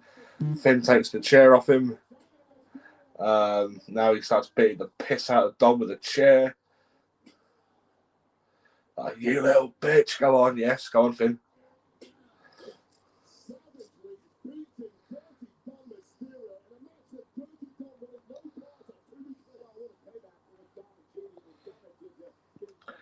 If only the AAA title was on the line with this. My God. So he's now put the chair on Dom's head. Now, oh, fuck me. And then he goes in for a drop kick to then send him into the corner with the fucking chair around his neck. Christ alive. Coup de grace onto the table. Coup de grace onto the table. Drags Dom away from the table. Goes in for a pin. 1, 2, 3. And the Demon Finn Balor beats Dominic Mysterio.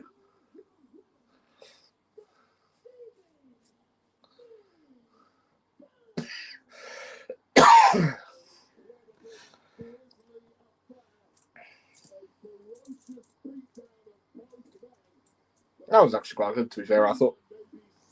As you said, this seems to be a hell of a lot better than yesterday.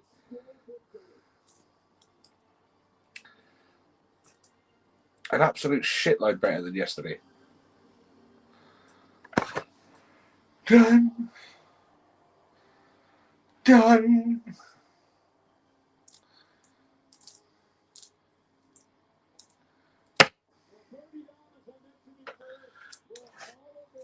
It was obvious he was going to win.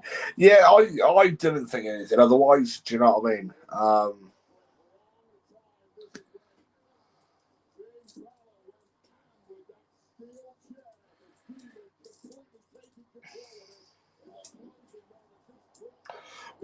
Tommy, would you have put the AAA Mega title on the line, or would that not have made sense?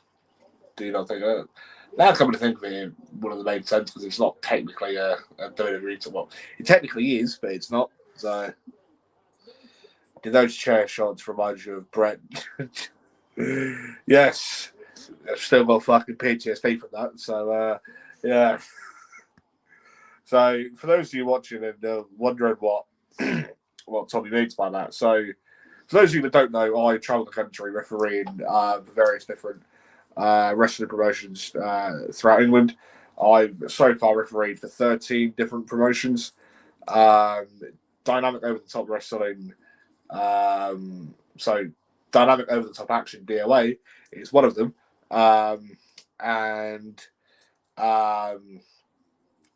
Back in October at the Drill House in Great Yarmouth, DOA's first set of TV tapings.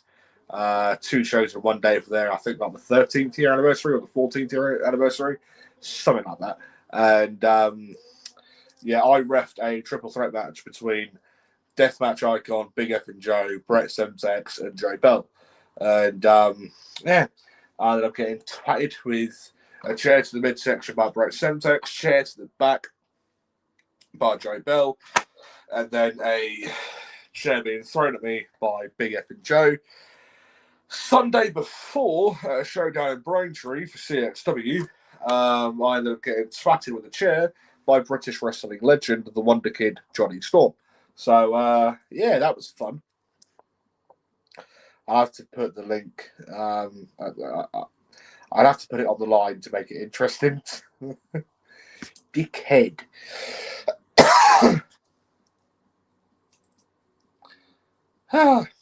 Well, Tommy, at least the advert that's playing now isn't the normal one. It's the normal song.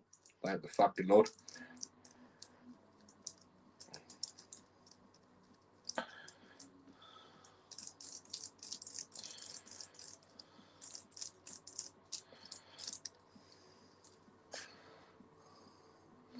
Johnny Storm, feel the thunder in the night. That's lyrics to its new theme now, isn't it? So,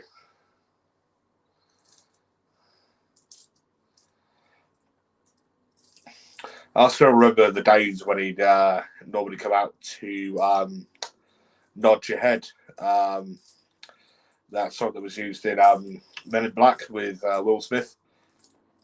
And then, what was the other one? Sucker for a Superstar by Aqua. And then, like, who did Barbie Girl and Like a Robot and, a couple of others. And,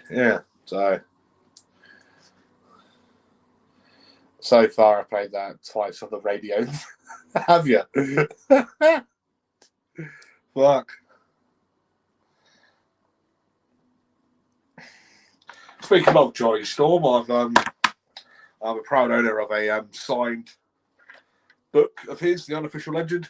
Here we are, to my mate Bobby. What did I say? Yeah, to my mate Bobby, cheers, bro. And then signed by Johnny Storm. So, yeah, got that at a big top show that I was working with him at. When would that have been? End of last March. So, yeah, I work with Johnny quite regularly. I've known him since 2011, to be precise. And, 2011 it would have been I first met him. So it's going to be 15 years this October. And long old fucking time I've known him. And in shows when I was a kid, he'd always go out his way to give me like a lot more attention, like as a fan and what have you. And and then we've now got a bit of a thing going. A wrestler and referee sort of feud going for CXW. CXW, arguably one of the biggest promotions in Europe. Because when he turned on Iron Aiden after their match back in October, I tried to stop Johnny from attacking Aiden. And then, lo and behold, it was me who ended up getting bitch slapped with a fucking chair, wasn't it? By the unofficial legend that is Johnny Storm. So, it's also on Spotify. Lol. Yeah, it is. Billy, the ref, Billy Madison, sent it to me a few weeks back. And it's also on YouTube as well. So, what's this? He's one of the old guard, and he's also a rarity. One's been around for so long, he hasn't turned out to be a Robin. Oh, fuck it up.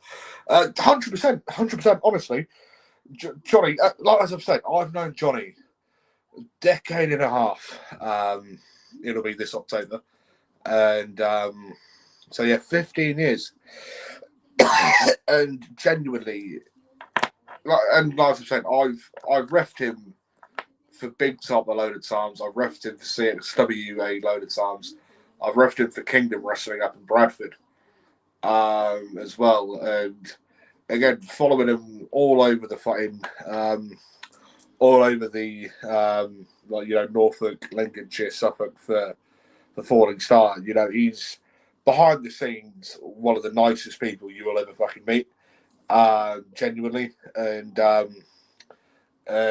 yeah, I can't fault the bloke. You know, he's that sort of guy. You know, it'll be 31 years this year since he first started wrestling, because he first started wrestling back in 1995.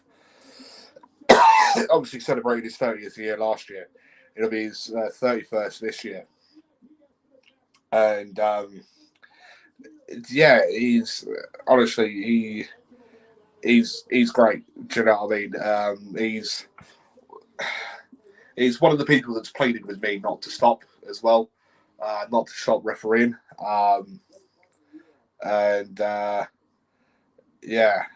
Which coming from him is fucking huge, because he's few people that are wrestling on here, WrestleMania, he's wrestled against numerous times. You know, a lot of the WWE, like a lot of the current WWE roster that have come from the indies, he'd have wrestled as well. And yeah, it's just insane. The people who he's shared the ring with, you know, he's a former multi-time challenger to the TNA X Division title. He's challenged a lot for a few of the Ring of Honor titles as well. You know, obviously had 1,000,001 epic counters with Jody Fleisch. I've seen that match live as well. And yeah, so time for a drink of Pepsi Max. I've run out of Pepsi Max now. Probably sad. We gave him his own desk at our last show because Mr. Car Boots now needs his own desk. He does. And he does literally bring a fucking boot full of merch as well. Honestly, I can't count the amount of times that I've literally had to carry like his stuff in. You know, from his gear to his fucking merch that he's fucking trying to flock, because he literally just fills his fucking car up, doesn't he? Yeah, so for God's sake, probably drink something. I'll be fine. I ain't gonna die. But yeah, as I said, he's one of the people that's pleaded with me not to stop refereeing, and yeah, so. But my decision's made up. November 22nd, I'm done. So yeah. Anyways, Jade Cargill and Rhea Ripley for the WWE Women's Championship. Fine. I'll fucking, courtesy of WrestleCrate, I've got 3 of these cunts, right? So I'll go fill this up. Hang on. Bear with.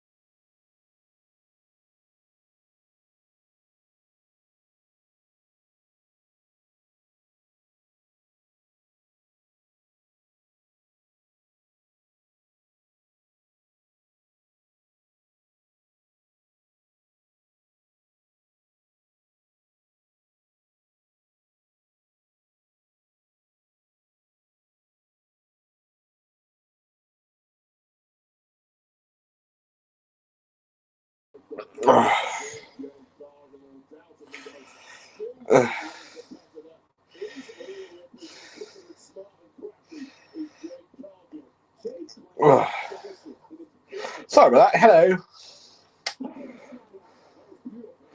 Oi. Rude. Hang on.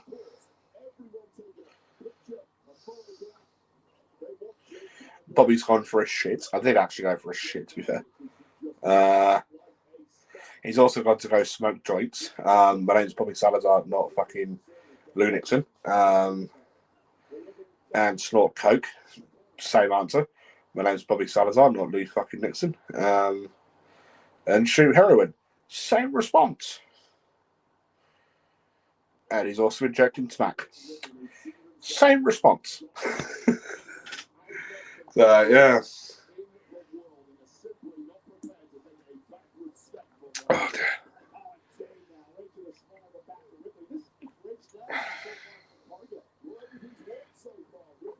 Nice cold flask of H2O. So, yeah. Anyways, thanks to you, Tommy. I've now missed the fucking start of this match. So, yeah.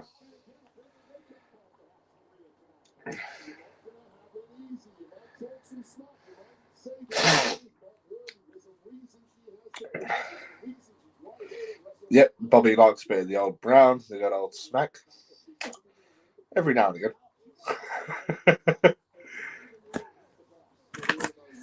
No, I don't. Just to put out there. No, I don't.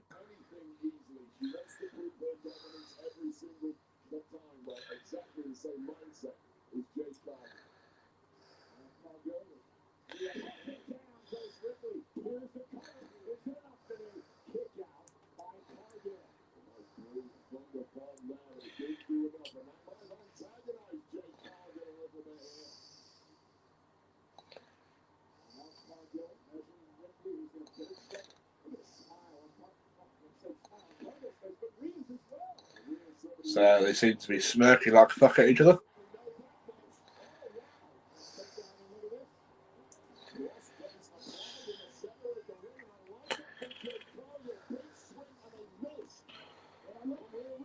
Easy enough to get to Brown and standing. All those people who hang around at the seafront. Lol, B. So, well, I know there's not a lot of people around here that don't know me. So, yeah, like I have the contacts if I wanted some. So, yeah, you know, I can fucking get some now if I fucking wanted to. So, even if it is fucking 1 o'clock in the morning, 8 minutes past 1. So, yeah. Same in King's Lynn, I can get, Steph's there. I've got contacts all over. Don't you fucking worry. So,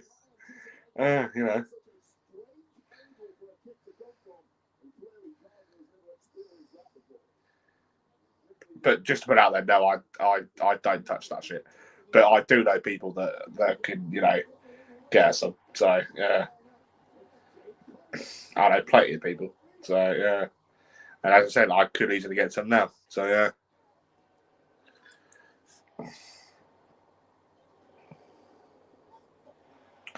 There's only one match left, so there's only 8 minutes.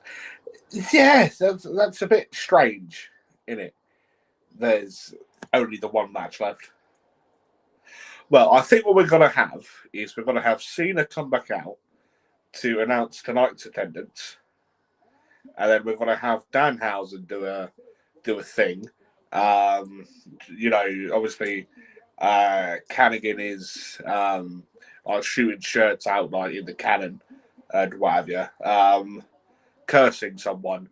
Miz is then going to come out. They're going to have an impromptu match with him and the Miz. So Mizhausen, and then we're then going to go into the main event. So which is obviously Punk and Roman for the World Heavyweight title. So yeah.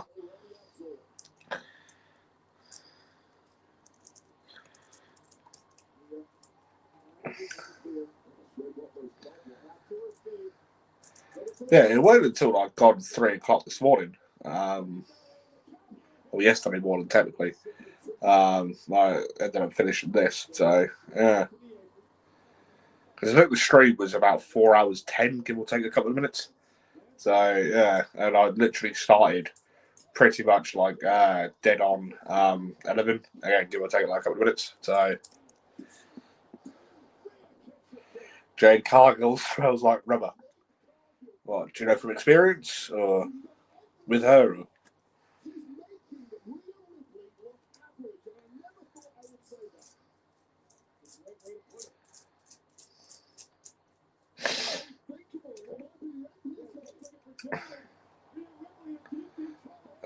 Roll up. 1, 2. Kick out by Rhea. No, Jade, sorry. Looking for a powerbomb type of maneuver. A few chops to the head. Hurricanrana. And now spinning side kick by Rhea.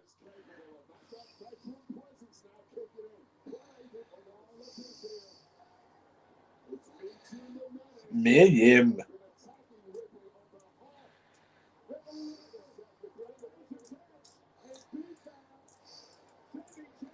So B-Fab's just been murdered by Rhea. Mia Yim's just been given to him, but fucking Nora.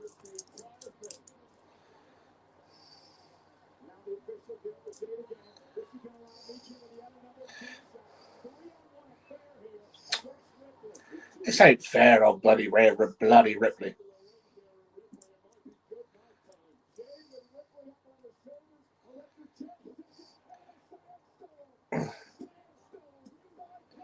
Kick out too by Rhea after going out for an electric chair, but ended up going in for a sad storm instead.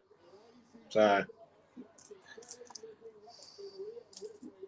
oh Tommy, you slut! Why don't you fucking join this? You got the fucking link for it, you twat.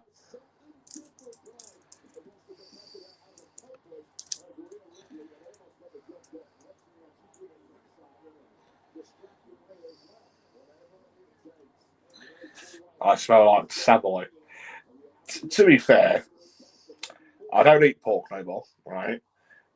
But fucking, I always used to love Savoys from the chimney that I work at. So yeah, well, used to work at because I'm not there now. So yeah, 5 years I was there. Yeah, 3 different owners.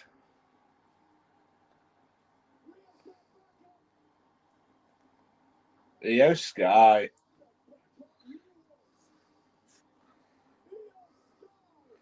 No, I'm not a Muslim. No. I've got nothing wrong with Muslims, but no, I'm not a Muslim. So, yeah.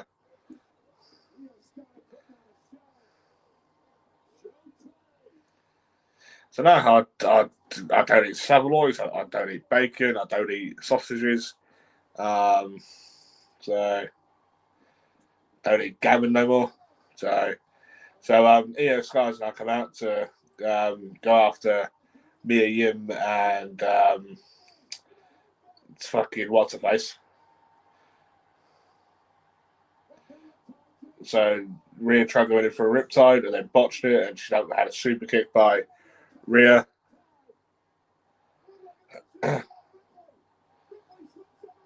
Rhea goes in for another riptide. 1, 2, 3. She's now the new women's champion.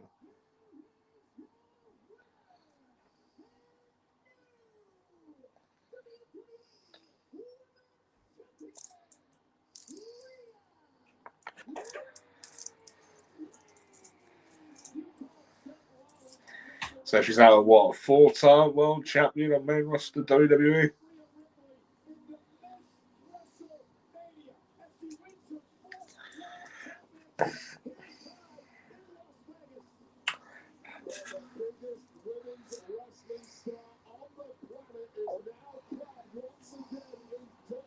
Is he not going to turn on her or?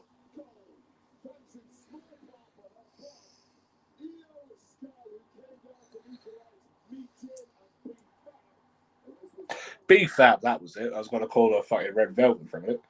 No, that's obviously someone else on it. Go.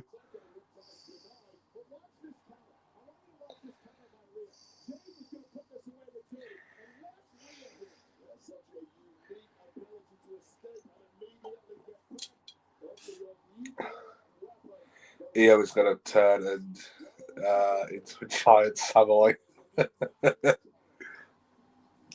Yeah, I always used to get.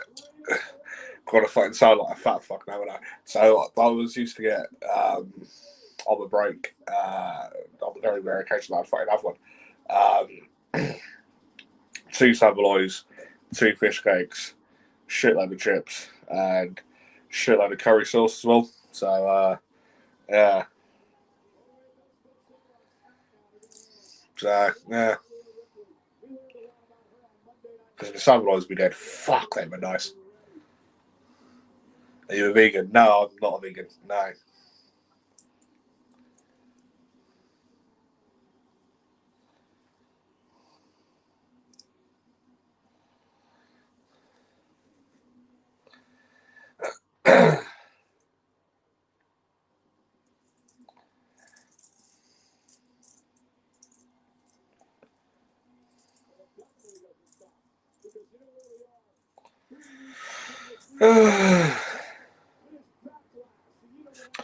Well, eat the delicious pork, then you fool. Well, I can't. So, yeah.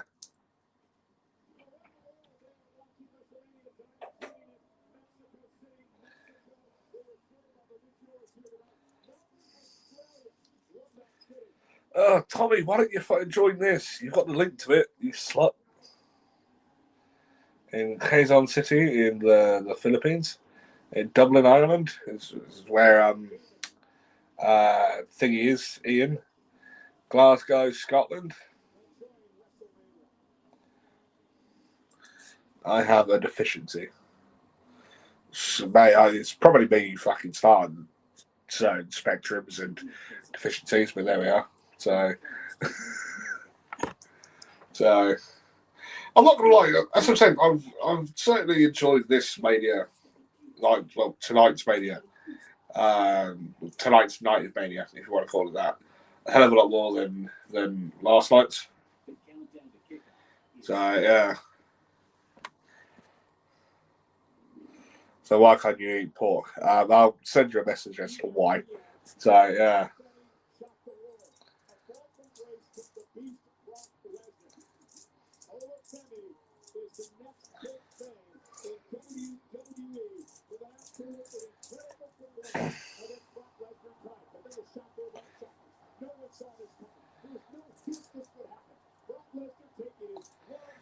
Yeah, this is now showing when Ian jumped on earlier. The bloody Brock Ober match. I mean, what the shit? And then Brock bloody taking off his bloody boots and his gloves and.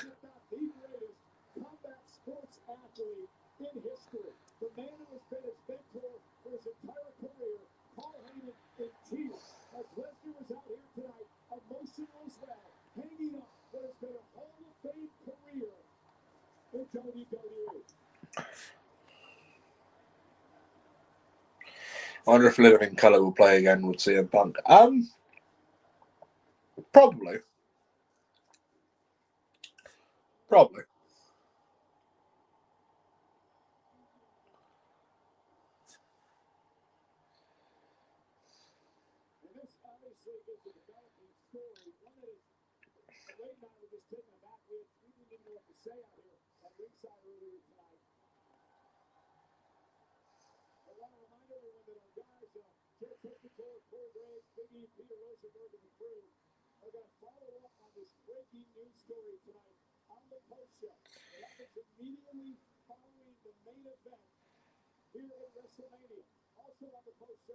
I'd fucking love to go to WrestleMania.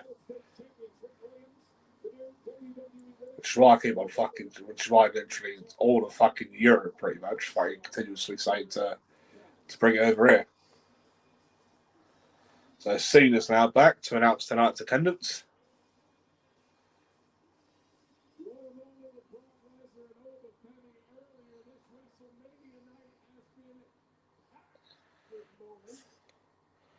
Purchase a passport. Well, what do you think I've been in the process of doing? You dumb. Hang on, I'll take you off. So the attendance is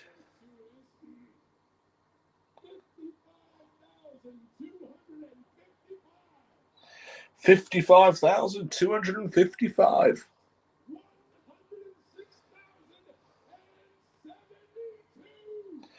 The 2-day attendance 106,072.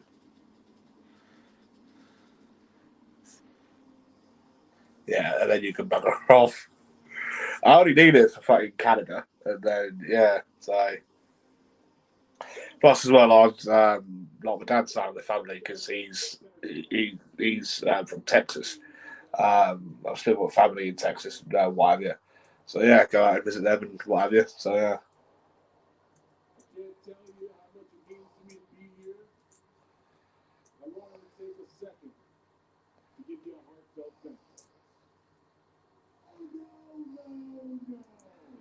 The Miz and Kit Wilson.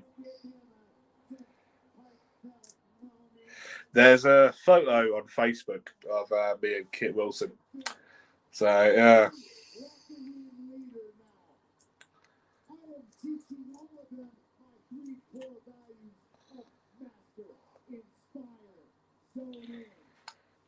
Kit Wilson.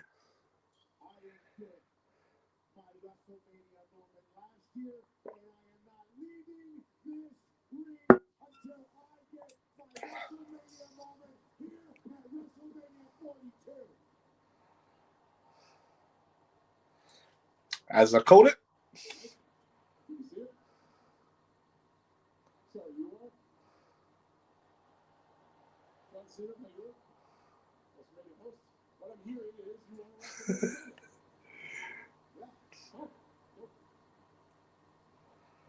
See that allowing Miz to have a WrestleMania moment.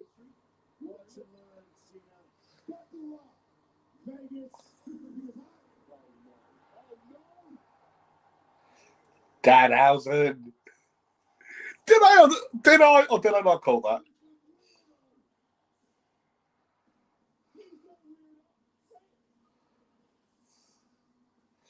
We're now going to see an impromptu match between the Miz and fucking Danhausen. Oh, it's a bunch of midgets. Okay.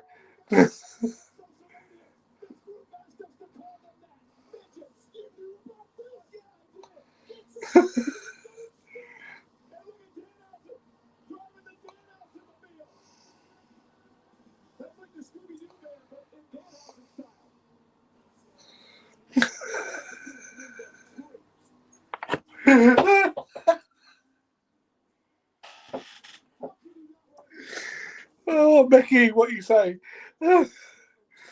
Called it. Oh, it's that house and a fucking bunch of hornswoggles. I fucking called it. Oh dear.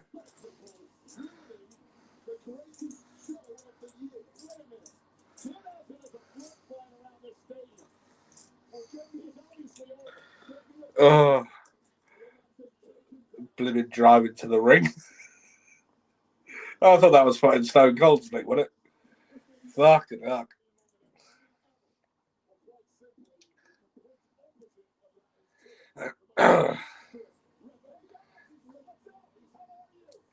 There we go. So we want to see the midgets teaming with Danhausen in a multi-person handicap match against Kit Wilson and The Miz. As I've said, I've had the pleasure of meeting Kit Wilson on several occasions. There's a photo of me and him on Facebook after a show. And John Cena is the special guest ref.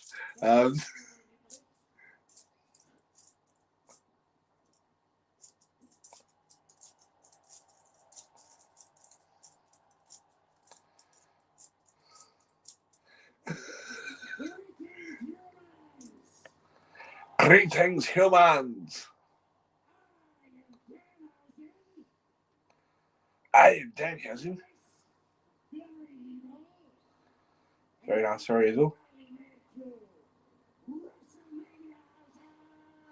WrestleMania has on.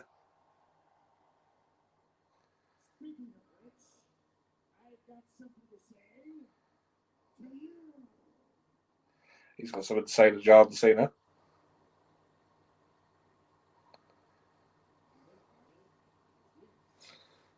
Cena loving it.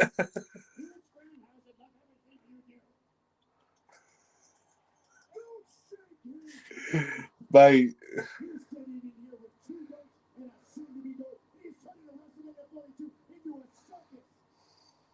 If I wanted to see who's in the box, I would have went down the street. What the hell are you looking at? Kit, you are toxic. Oh, don't beat up the midget. What they would do to you? The midget hasn't.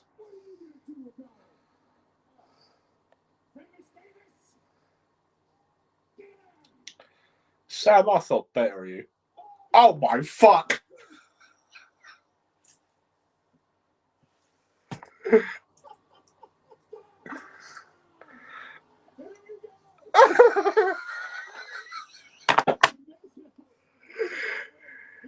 Kim Wilson's literally just been hitting the cock.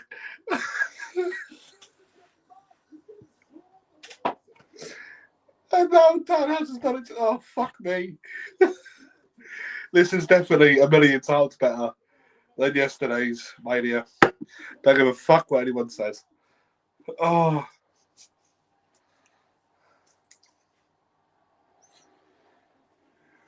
He's now doing the fucking 5-knuckle shuffle.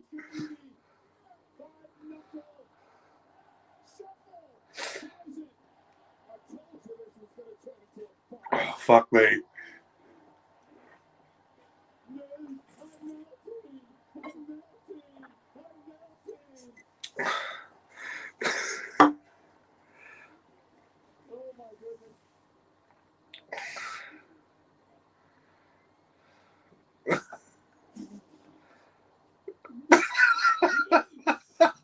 What the fuck?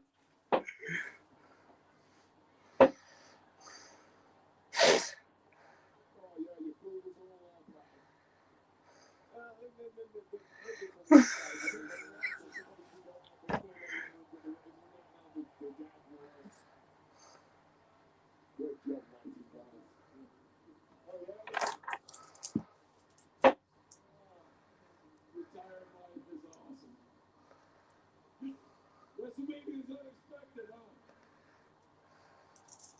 It's also the grandest stage of them all.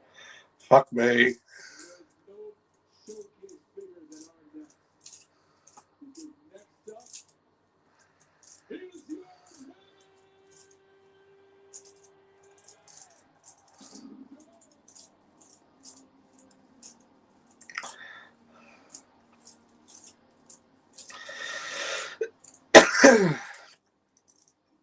that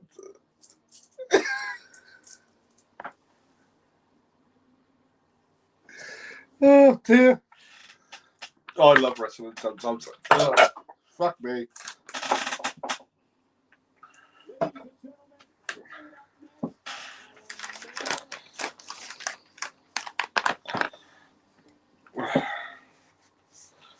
Just doing a spot of housekeeping.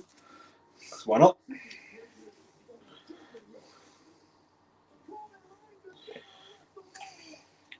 No one likes being a fucking dirty bastard. Not a good look.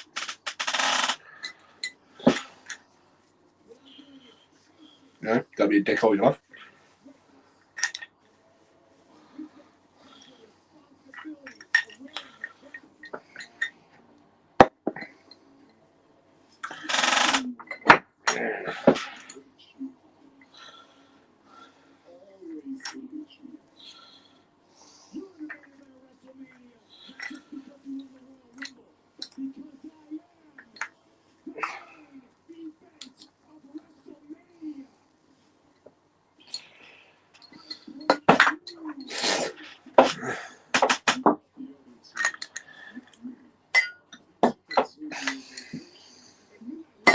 Not gonna lie, I'll be very pissed off if Roman ends up winning.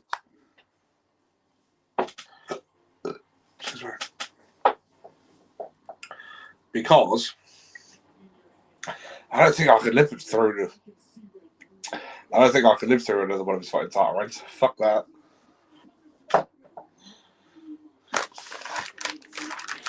You know, that last one was fucking enough.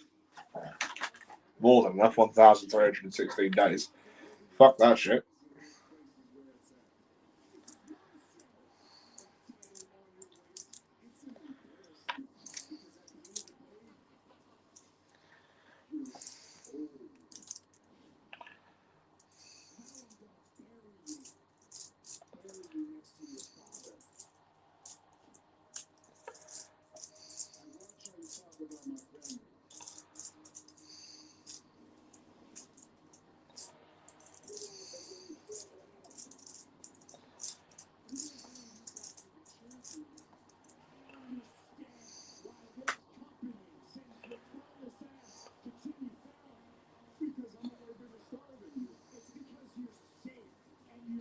So yeah, just playing through not a load of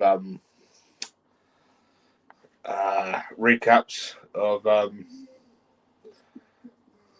the feud between Cena and Punk, not Cena and Punk, Roman and Punk, sorry.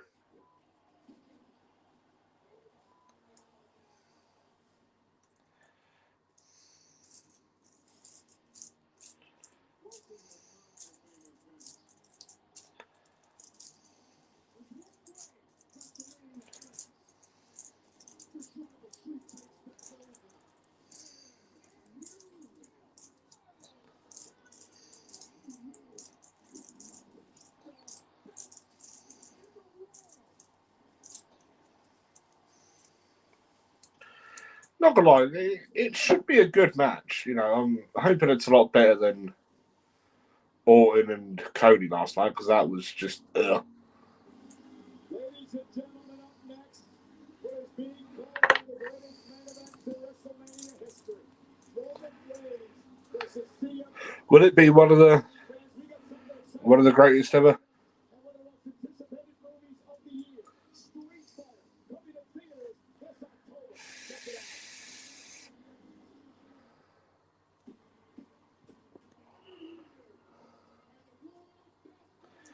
I'm fucking showing clips of the. See, fucking do the fucking clips of the film first. Fucking Street Fighter. And then do the fucking recap of the fucking feud going into the fucking match. You twazzits.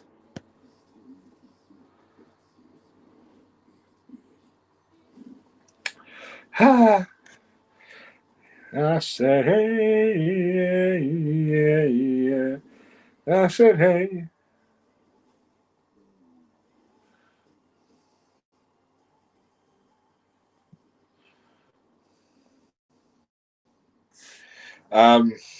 Yeah, this is just the fuck.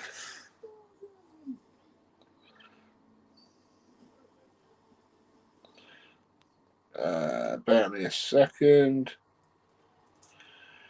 Just got to send Tommy a message.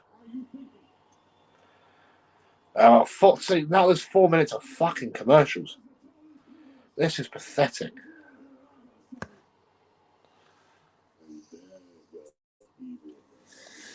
Absolutely pathetic.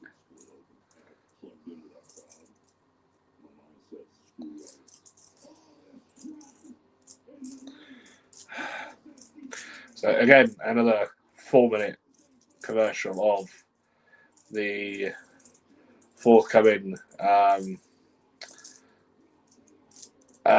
Netflix documentary of Hulk Hogan. Hooray.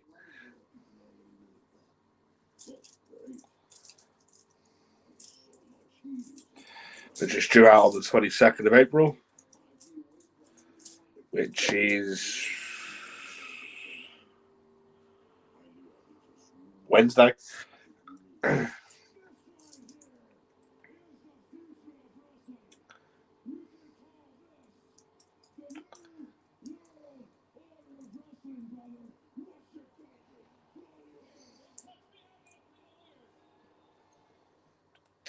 So Linda Hogan's in it, Hulk's first wife.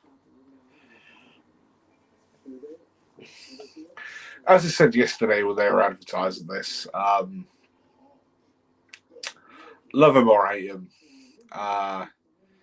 Terry Bollea and Hulk Hogan were two completely different people. Piss off, Bobby. I've got a fleet of lawyers. And what's their fucking lawyer firm called? Adam Bowler and Co. Or yeah. As I was saying yesterday, and I've referenced this to quite a few people. Terry Bollea and Hulk Hogan are two completely different people. If it weren't for Hulk Hogan, the character, back in the 80s, wrestling would be a very, very, very different place now. Bonner Enterprises. Oh, fucking hell. The fact that he's still trying to fucking go on about this fucking one match and what have you, and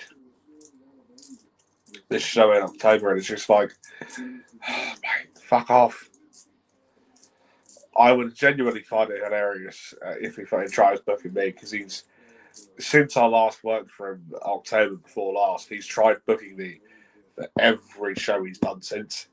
And the last few, I have legit been booked elsewhere. And, I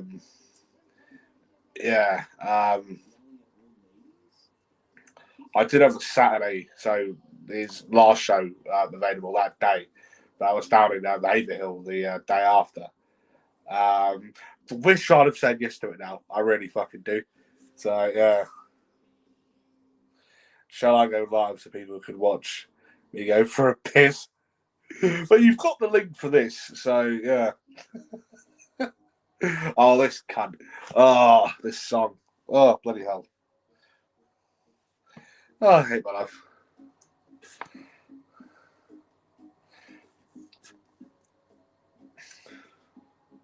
Yeah, I wish I'd said yes to him now, just to fucking witness all the fucking drama that ended up unfolding and what have you. So, yeah.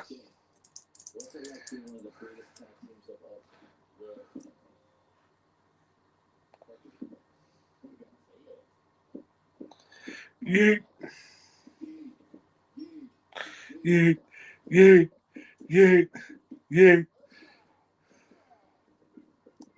Yeah, Tommy, again, you need to do one of these again. It's fun. I don't even like Snickers. Why are they showing this for? Bloody bastards. See, a Snickers, I would never go out my bloody way to buy a Snickers, because who looks at a fucking Snickers and thinks, I'm going to buy that and then fucking eat it? Why waste your money? Fucking save your money. Go hungry. Fucking, do you know what I mean? Fucking, it's like fucking Kit Kats.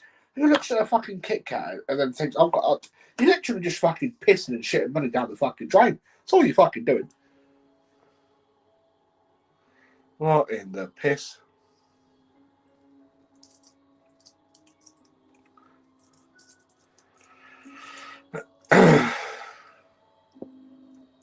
So some woman doing some fucking trying to do Phantom at the Opera and fucking Pavarotti and fucking some bloke on a fucking two massive fucking drums which are fucking bigger than him. And some geezer on a fucking set of pianos. Obviously doing fucking Roman's entrance.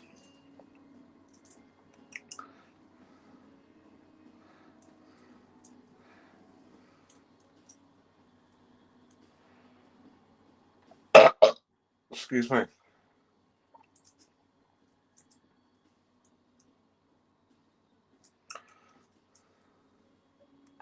Obviously showing photos of Arthur and Sika, Yokozuna, and this fucking name. What was his name? What was his name? High Chief Peter Marvia, that was it.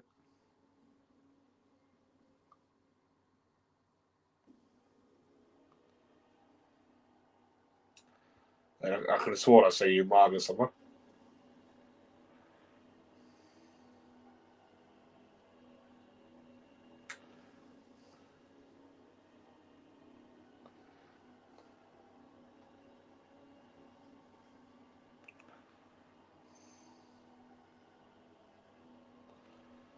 So here we are, Roman Reigns. For his fucking 28,000th fucking WrestleMania main event. Prick.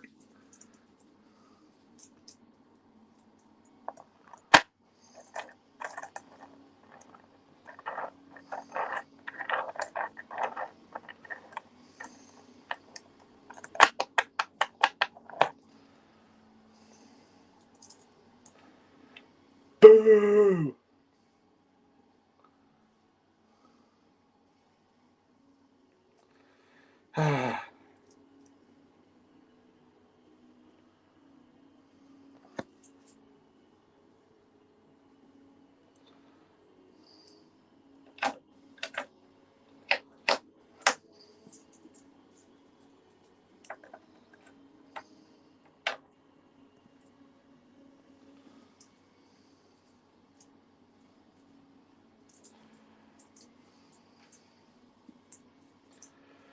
So yeah, I really do hope Punk ends up going over and retains.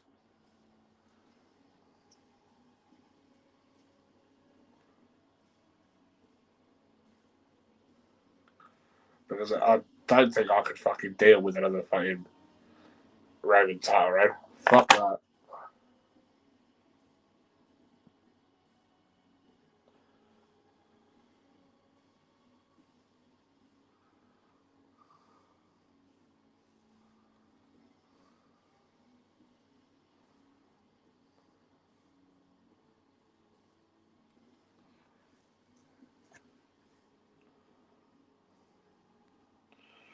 Oh, fucking hell.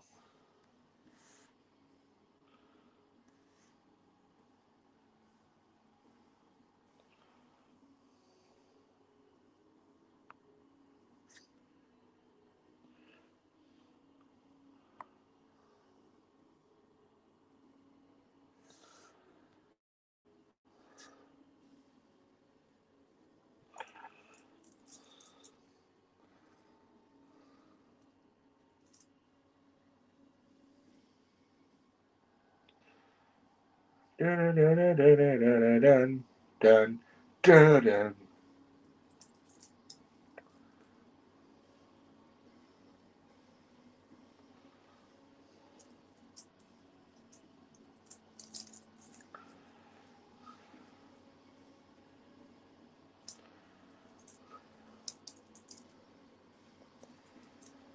I've seen him wrestle live in person on several occasions.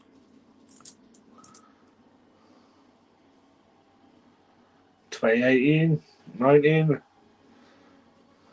2022 as well in the Principality Stadium in Cardiff, Wales.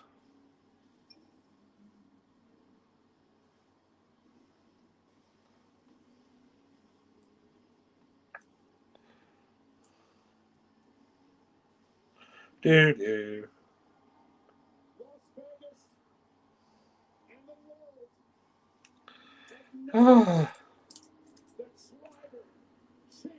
See, Cole, this is where you're wrong, right? Listen here, you bitch, right? I don't recognise the tribal chief. I'm part of one. He may have the Unifala around his neck, but I don't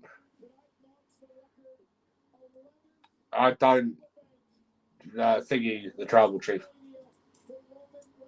Well, I recognise him as the tribal chief, especially over Benny Solo Sikoa. However, in this instance, I'm supporting chick magnet Punk, which is a very rare occurrence for me to actually do.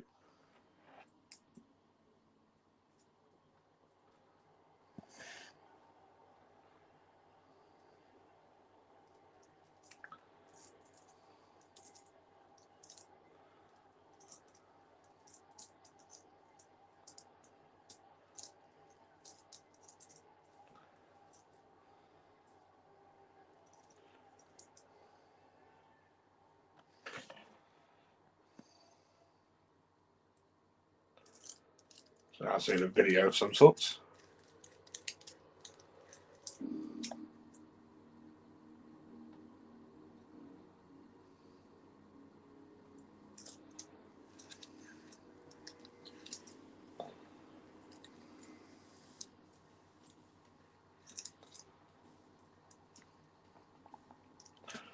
Nice too.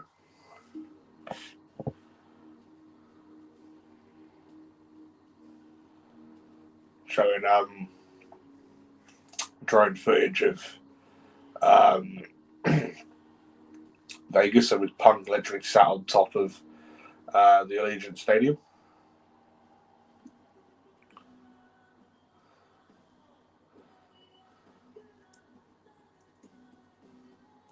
Oh my god, is he coming out to his old ROH thing?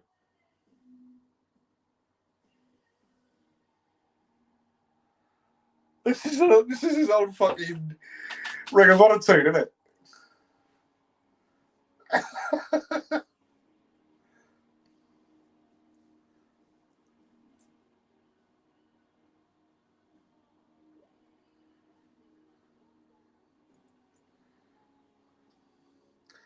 Because it showed a couple of pictures of him in Ring of Honor, and then when he was in ECW,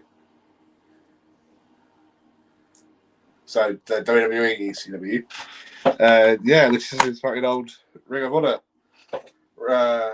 tune. So he's not coming out to. Oh, it stopped now.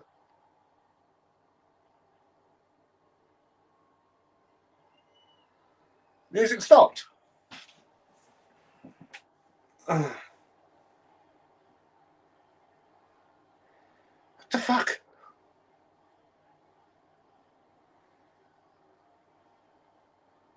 Yeah, all the lights have gone off.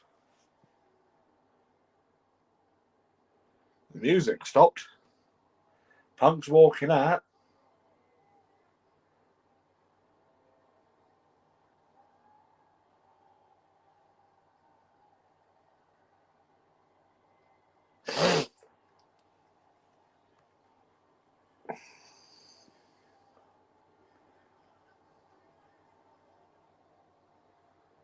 Is he just going to walk down to no music, or is Carl personality just going to end up in? We're going to do it's clobbering time. Now he's getting down on one knee. Or...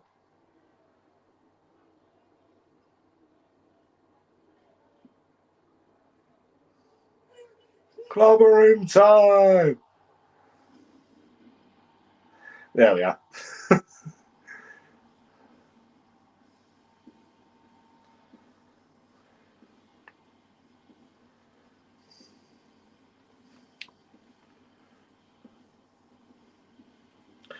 Look in my eyes, what do you see?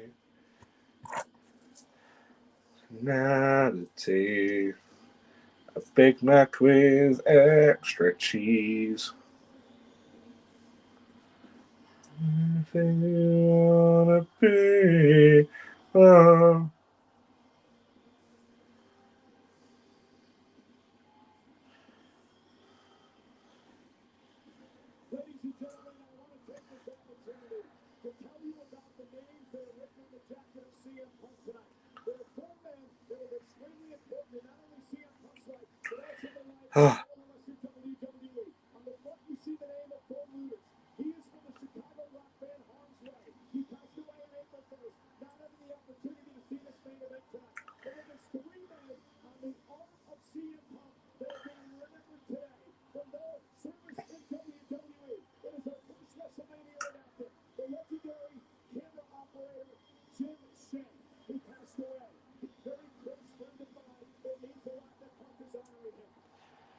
So Michael Cole's now saying about the people who were on Punk's jacket.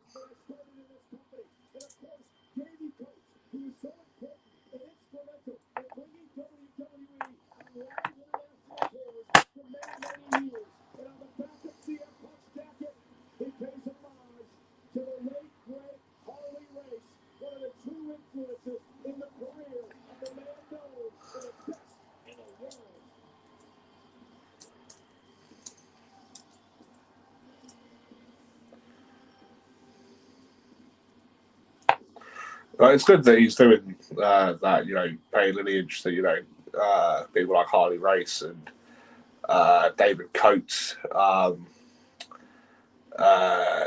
Jim. I can't remember if I'm saying it now. Even though Frank Marco just said it's written on its fucking thing.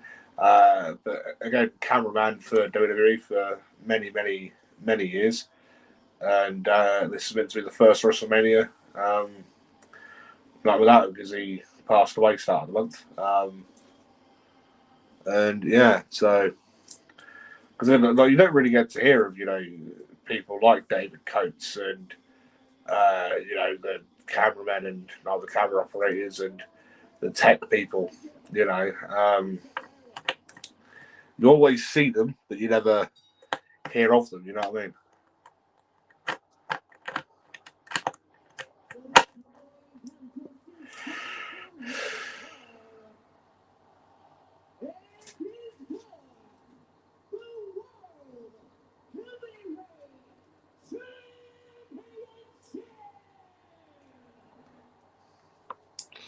Yeah, I'm hoping this will be a pretty good match.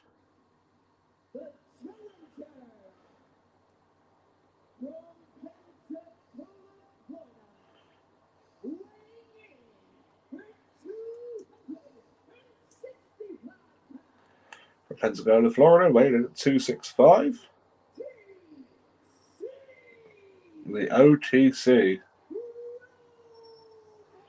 Roman Reigns.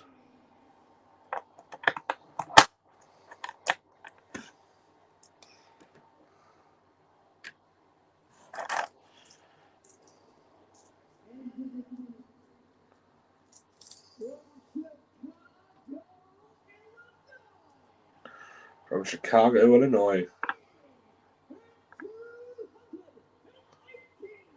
218 pounds.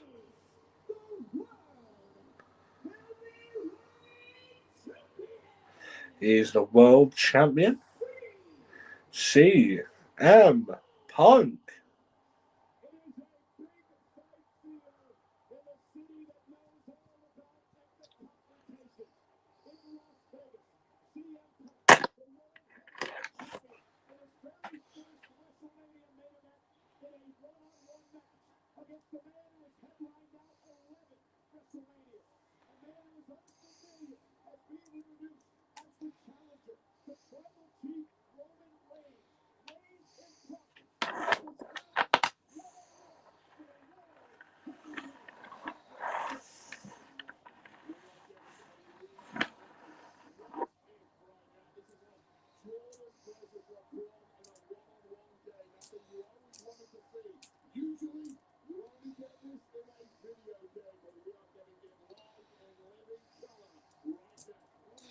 Here we are. So, now get ready for it.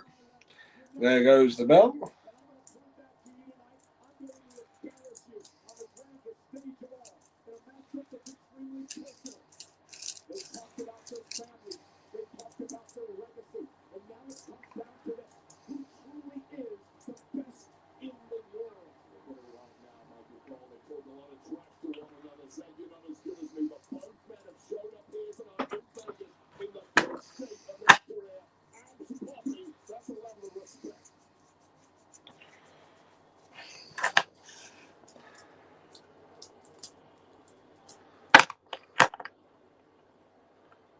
Go on, Punk. So they're both eventually stare each other down, right in each other's faces.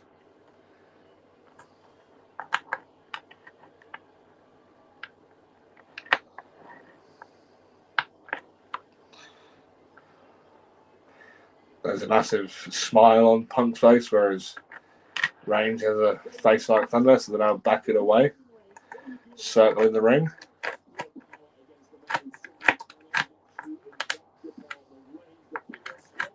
So they now lock up. Headlock by Punk. Twist around. Goes down. Oh, swings round. Shove to Roman.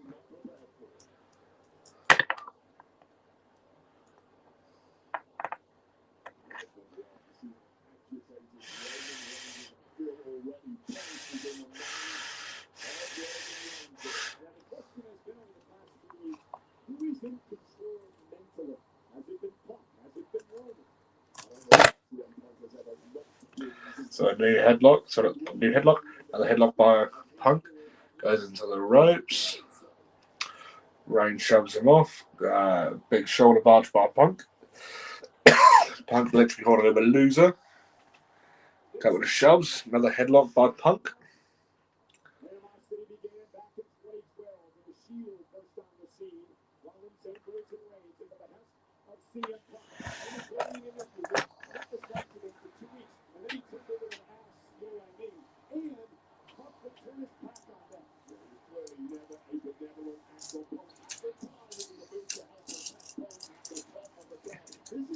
Just shove onto the ropes and a big shoulder barge.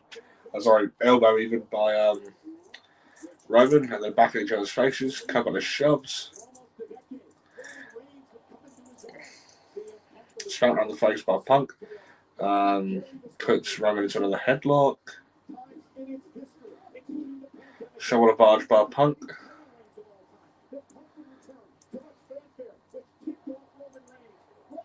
Oh, slow and drop by Roman.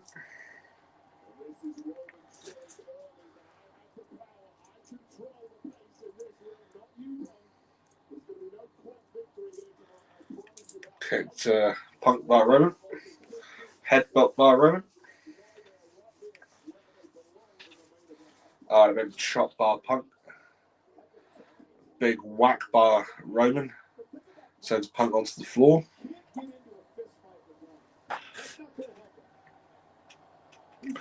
Punk really is enjoying himself. Look at him laughing. That's literally what I said right at the start of the match when they first were locking eyes with each other when the bell rang.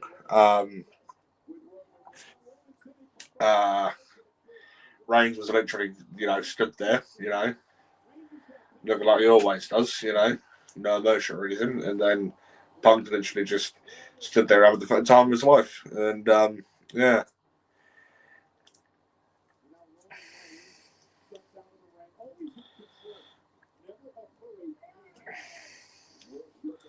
Shoves Punk into the post. Punk now rolls in. My cousin believes Roman is going over because the big entrance with steel drums and singing.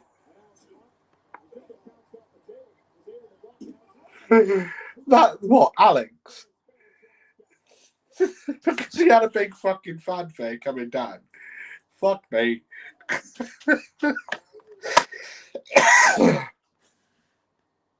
Oh, fuck Riyadh season.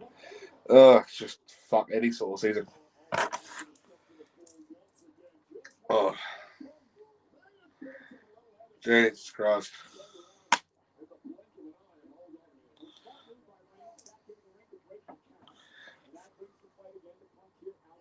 Yeah, he always thinks if someone has a big entrance, they're automatically going over.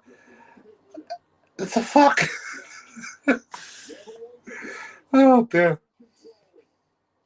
Becky Lynch. AJ Lee had a big entrance yesterday. Did it go over?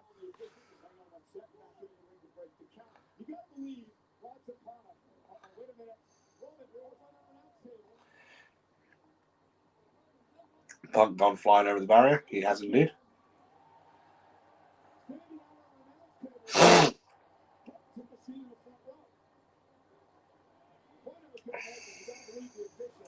A punch in the midsection.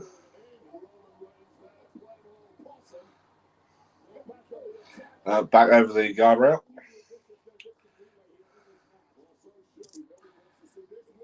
jumps off the barrier onto Roman.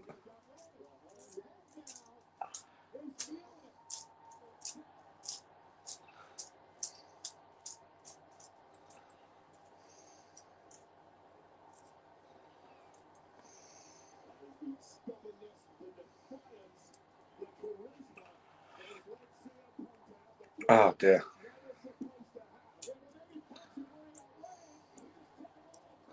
And Roman throws Punk off of the Spanish announce desk onto the floor.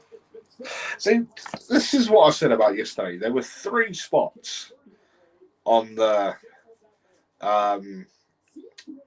English desk, on the English commentary desk with Michael Cole and Wade Barrett. And then a couple of table spots in the unsanctioned match. So that's 5 table spots in 7 matches. Yeah, knock me again, bitch.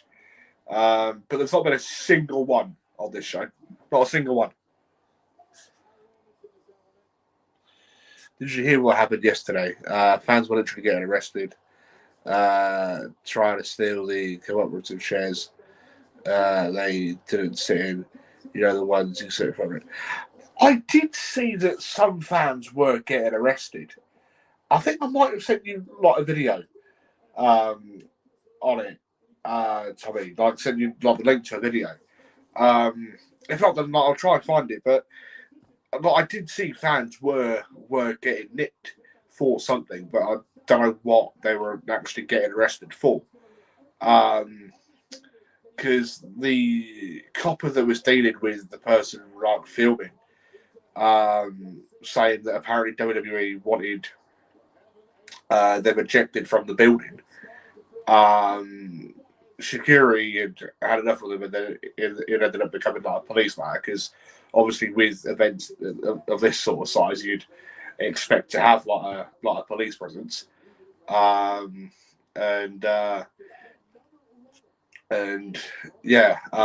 they ended up getting arrested for something.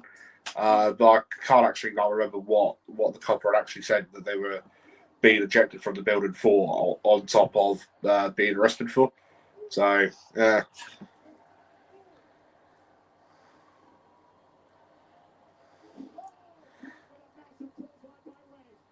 I see green shirt guys in his usual place. As you said to me, getting to keep your chairs that you're sitting, on the floor. It's if that's the case for him, he must have fucking thousands. Literally. So, yeah.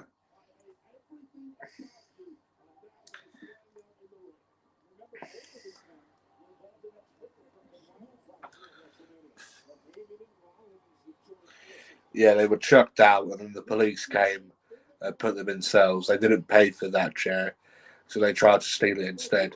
And obviously that doesn't fly. Oh, 100%, 100%. You don't get to fucking go to it's theft, innit? Really, you don't pay for it. You should fucking,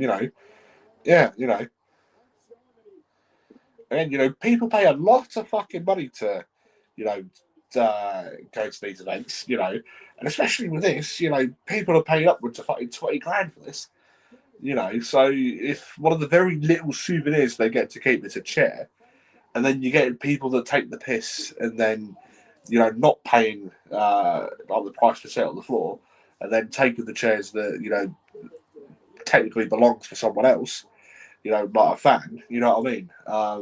And yeah, because if I was ever in that position to have,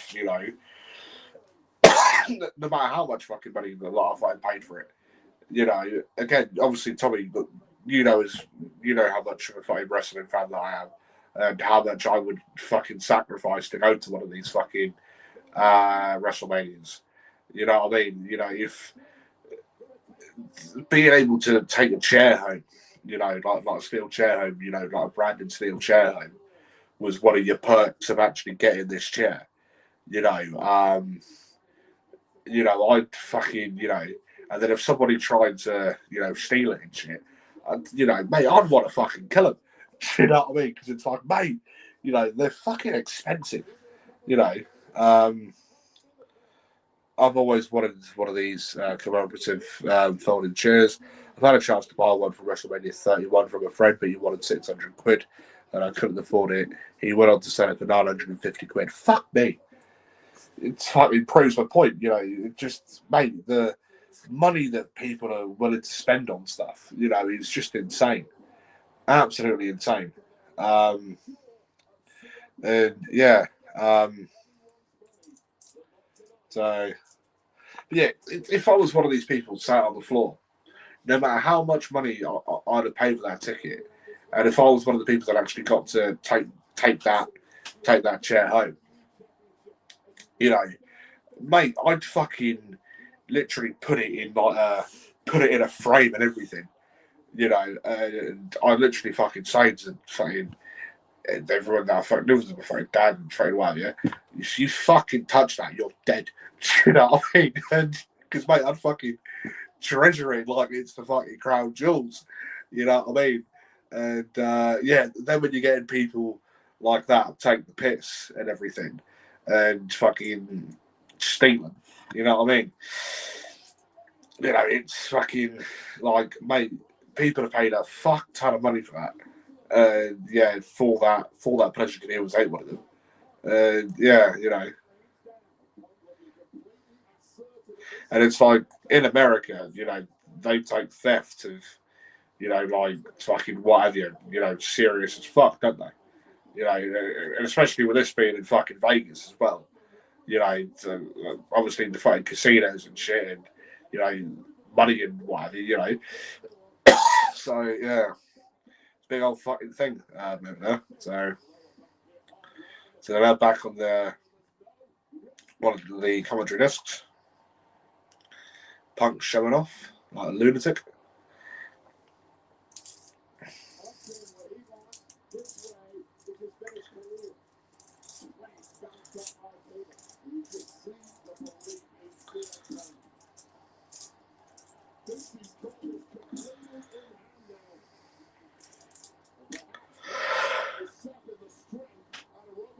Oh dear. The ref ain't even fucking counting, does he?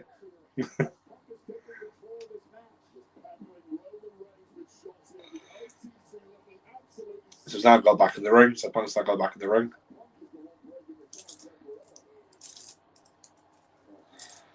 The ref, so Punk basically like telling the ref like not to count. So is Punk got to do an ice show speed and go to the top of the post and jump through the announcer's desk? The ref's just going to be like, no, don't be a twat, rah rah. Rangers got up. So Rangers now putting him down. They're now on the apron fighting.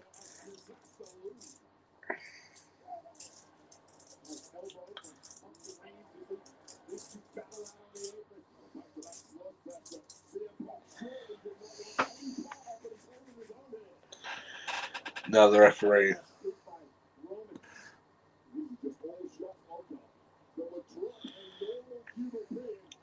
Now the referee isn't counting and he's letting it go.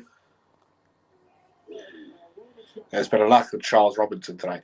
I think he only did the ladder match, I believe. Because he's not done like a proper match tonight, is he? Like, I think I see him during the IC title match. So yeah.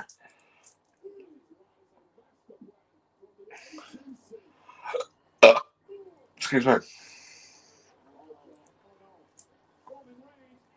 Superman punched a Punk whilst he's angling upside down.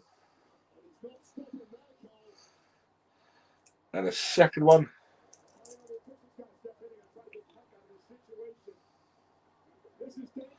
And a third one.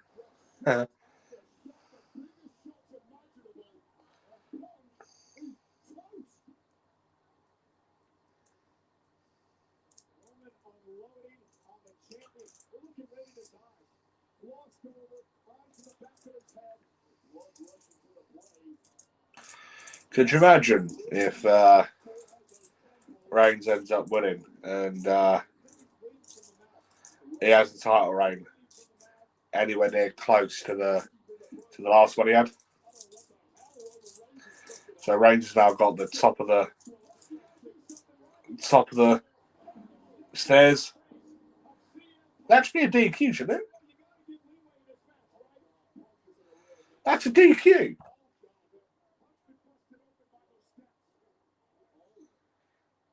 Roman's now raising his hand to the ref.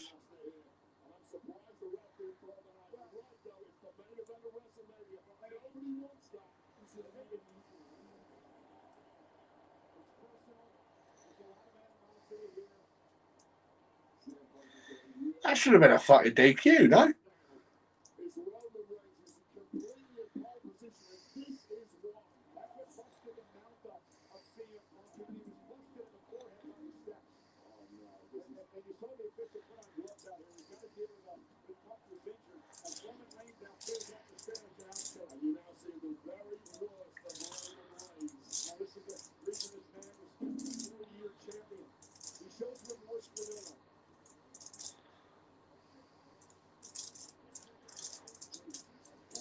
So Punk's on the floor, and his head's been busted open thanks to the shot from the top of the steel steps. You know, out of all the shows I've worked throughout the country, right, the only time I've ever worked in a ring with steel steps, the only 2 times I've and then he just powerbombs Punk through the fucking Spanish announce desk. Hang on, see what time it is. Go to the top of an escalator so I can push you down. You're a slag. Please. Bitch. So the first time was at the WWE Performance Center, which they're now leaving at the end of the month, in Norwich. Working for Classic Ego Pro Wrestling. Let's set it up then the better. And then, because they've got steel steps in their ring, and then working a show for Big Powerhouse Wrestling down in Gosport. And Brett Miller's ring. World War Wrestling, he's got steel steps. And so, yeah. Oh, Punk picks him up. GTS! 1, 2, kick out.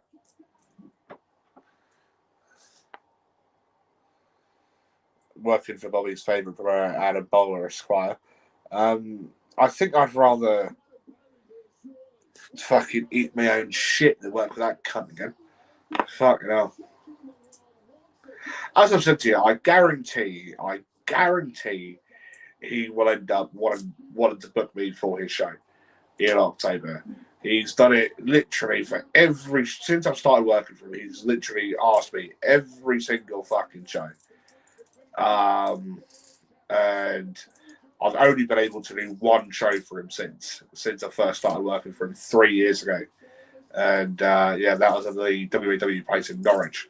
So I've done a show for him up in Leeds, and then I did a show for him in Norwich. I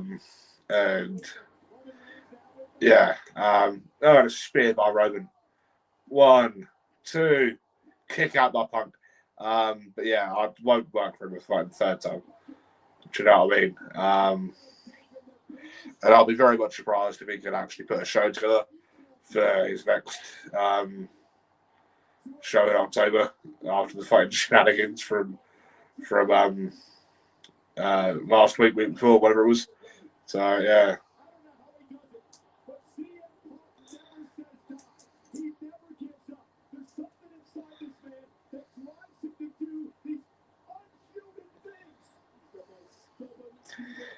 Really good match, I think, so far.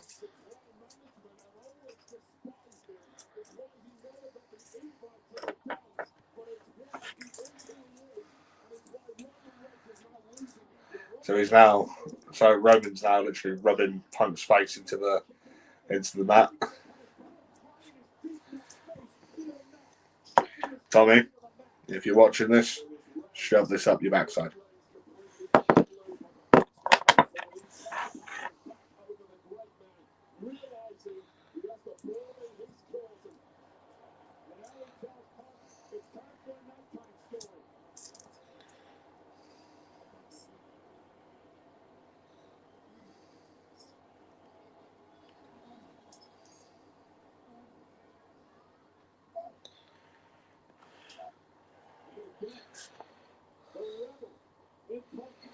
Adam wishes to force his peace into your...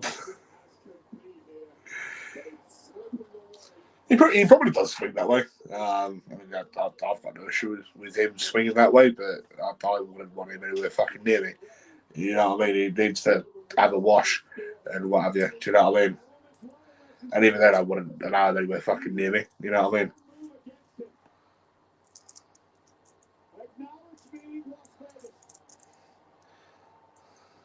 So Roman's got Punk up on his shoulders, tries to go for a GTS, but he catches, kick to the side of the head, kick out at 2.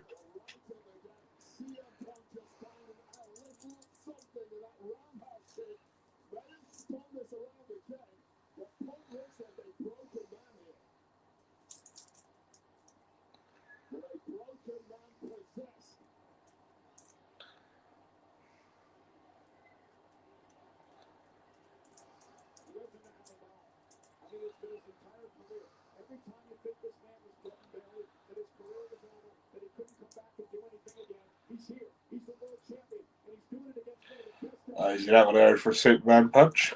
This is Punk eyeing in for a Superman punch.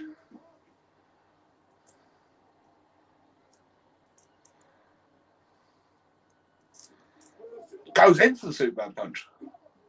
1, 2, kick out.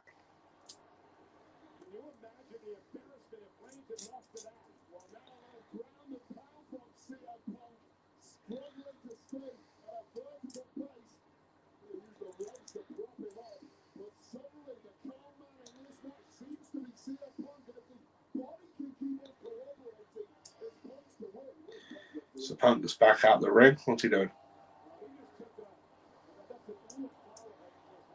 So he's taking the ear of the father off of a fan.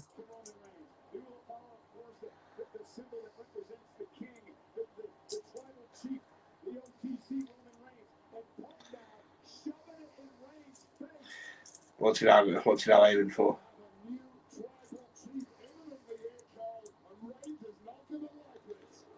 Oh, he's now going to aim for a spear. Oh, tries to go for a spear, but Roman catches him into a guillotine. It's fine. Reigns is proper going in for that, isn't he? Fucking hell.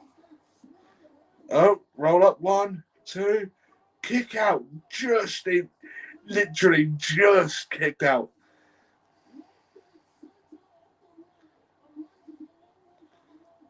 Got him into a headlock on the floor. The Anaconda Vice by Punk.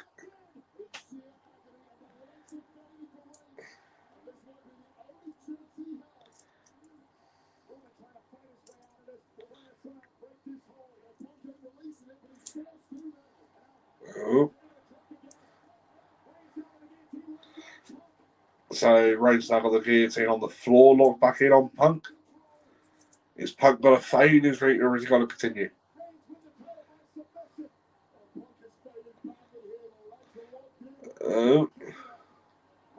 Punk's now on his head, and he manages to get out.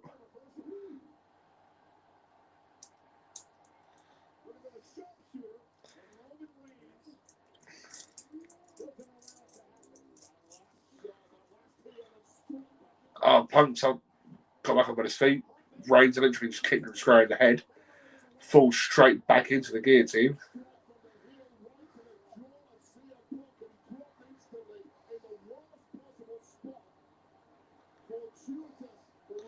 Only goes into a pin. 1, 2. Kick out. Kick out by Roman. And a double clothesline.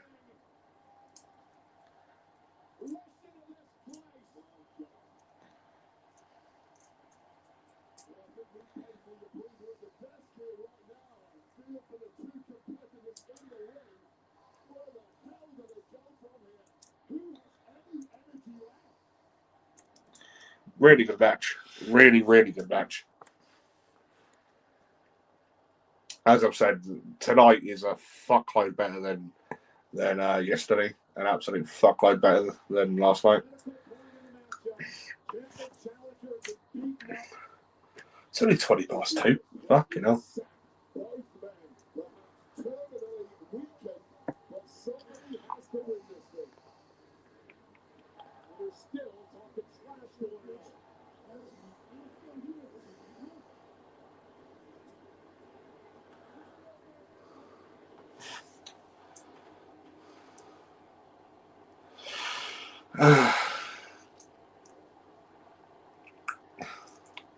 Now going in for the punchings to each other.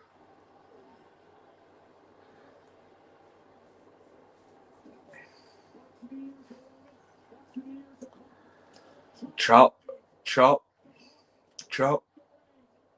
Whack, whack, whack. They're just whacking into each other. My God. And a knee to the face of Roman. A knee to the face of Punk. Punch to the face of Roman. Punch to the face of Punk. So we all thought Roman coughing his head off. Oh well, shit happens.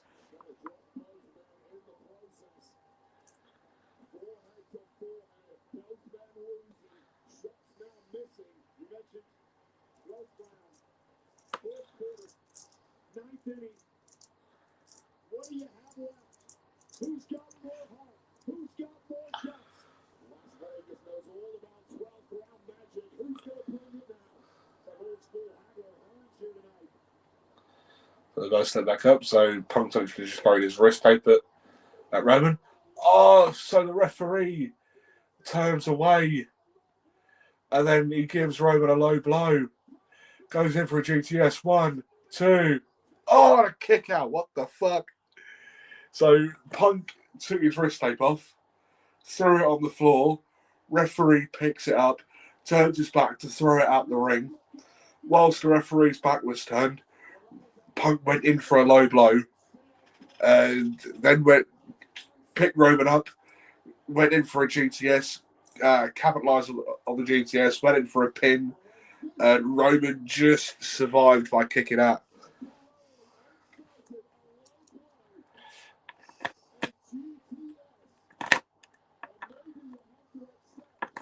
Fuck. With that low blow, he's breathing rarefied air. Fuck, it seems like it, doesn't it?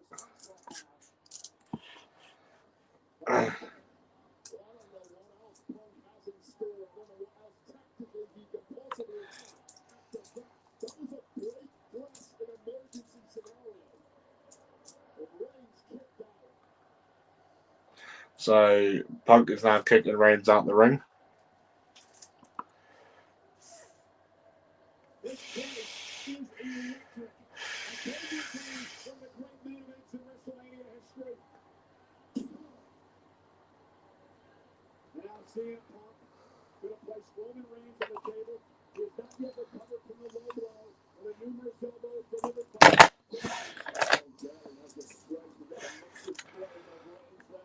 He stole Richard Holiday's signature move.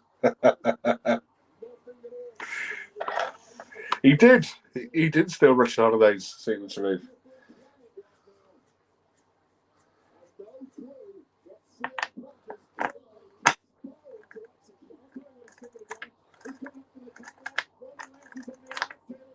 So Punk's put Roman on top of the announce desk. Is he going to do an ice show speed from yesterday? Punk's now stood on top of the turnbuckles.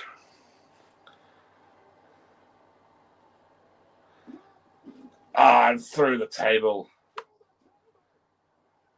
Fuck. I'm annoyed that he didn't deliver that to you in Haverhill. Well, coincidentally, I didn't ref him in Haverhill, so that was Billy who had the honours of refereeing Richard Holiday in Haverhill. So yeah. Plus, as well, I can't take that spot, can I? So yeah.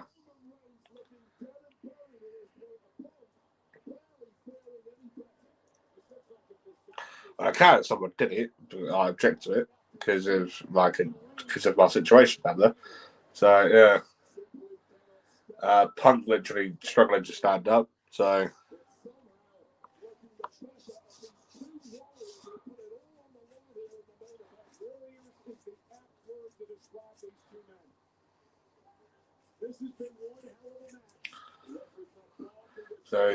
Punk's now putting Roman back in the ring.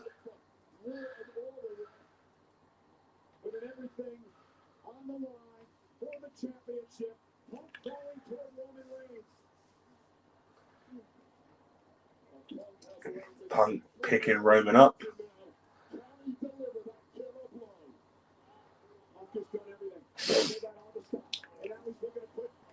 Is he now going to go for another GTS? GTS? Just fucking do it already. Don't take the piss. GTS. Roman lands on the rope. Reigns lands on his shoulders, on Punk's shoulders. Is Punk going to go in for another GTS?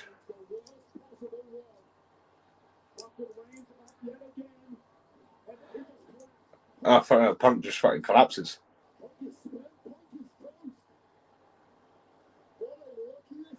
Fuck me.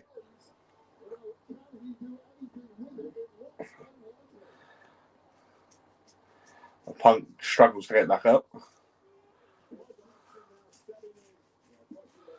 Punk tried going in for another GTS, but he just ended up collapsing and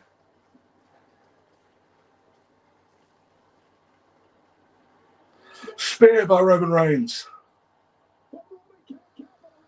Roman can't capitalise. They're both down. Punk's on his knees.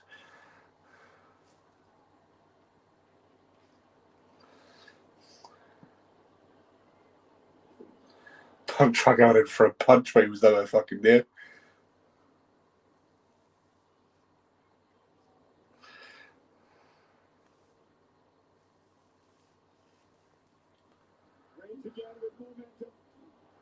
Another spear by Roman.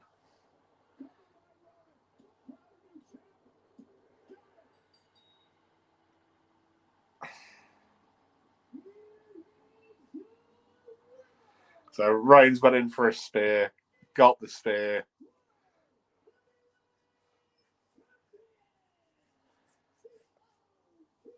And now Roman Reigns is the new World Heavyweight Champion.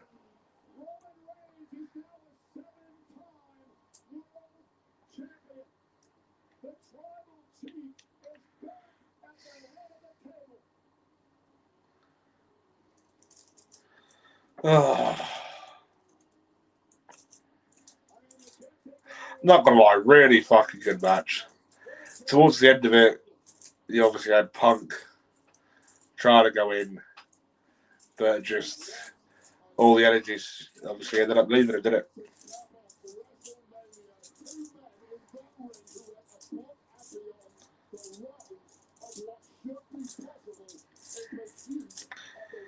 Fuck's sake.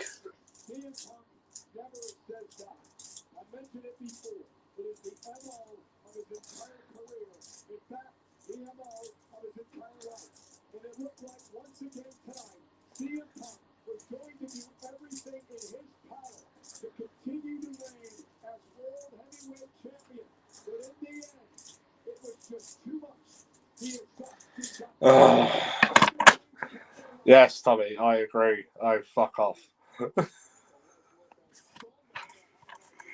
Oh. Oh, Christ.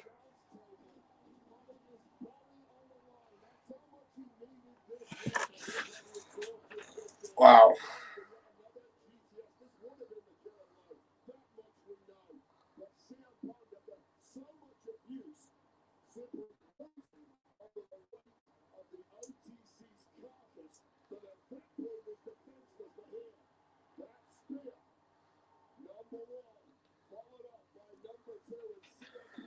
Oh, fuck my life.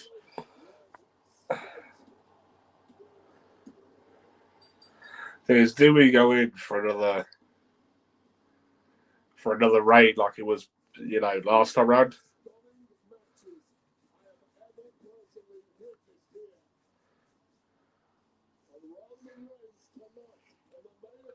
Or I don't even know. Bye for 6 months title. Swell.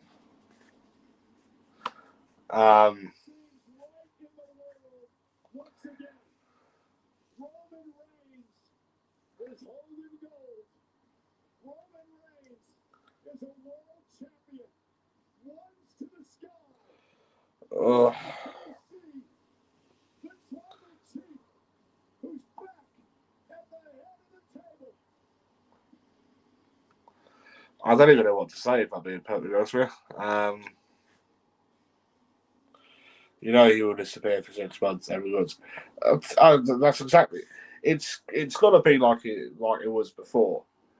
With his last reign.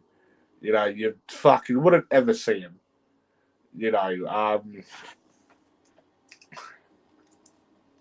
And then, he'd be gone for fucking weeks on end. And whatever, and he'd only come out to fucking say, acknowledge me in a fucking promo, and then that'd be it. And then,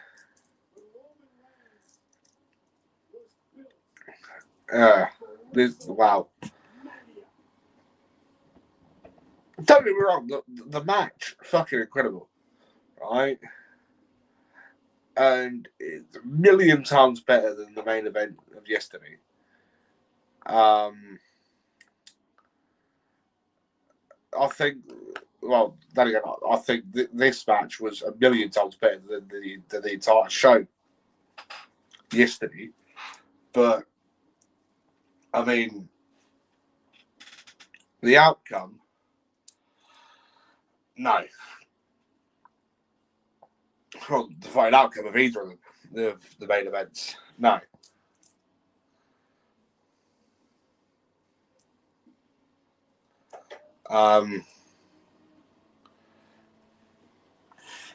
But yeah, I suppose we will see if he turns up on Raw tomorrow.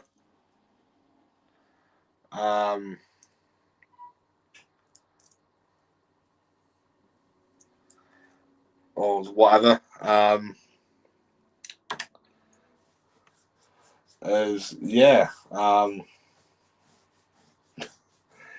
Wow.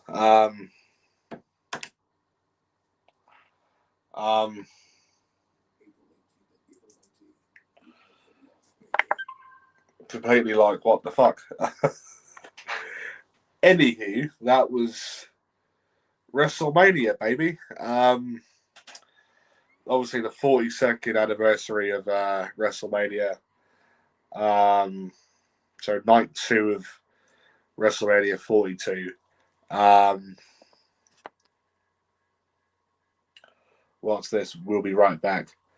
I think that's for the post show. I think. So yeah. So I never watched them anyways. So yeah. Anyways, I'm not gonna fuck off. And yeah, I just want to say a massive thank you to those of you who have watched live. This is like half an hour shorter than the one yesterday for night 1, but hey ho. But I do think tonight was a million times better than yesterday, but by a long shot. I actually enjoyed tonight, which makes a change. Yeah. So, anyways, thank you all very much for those of you who've been watching live. Thank you very much to Ian for jumping on earlier as well. Tommy for being the douchebag, as per usual. And yeah, anyways, my name is, as per usual, been Bobby effing Salazar. Thank you all very, very much for watching. I shall be seeing you all later. Goodbye.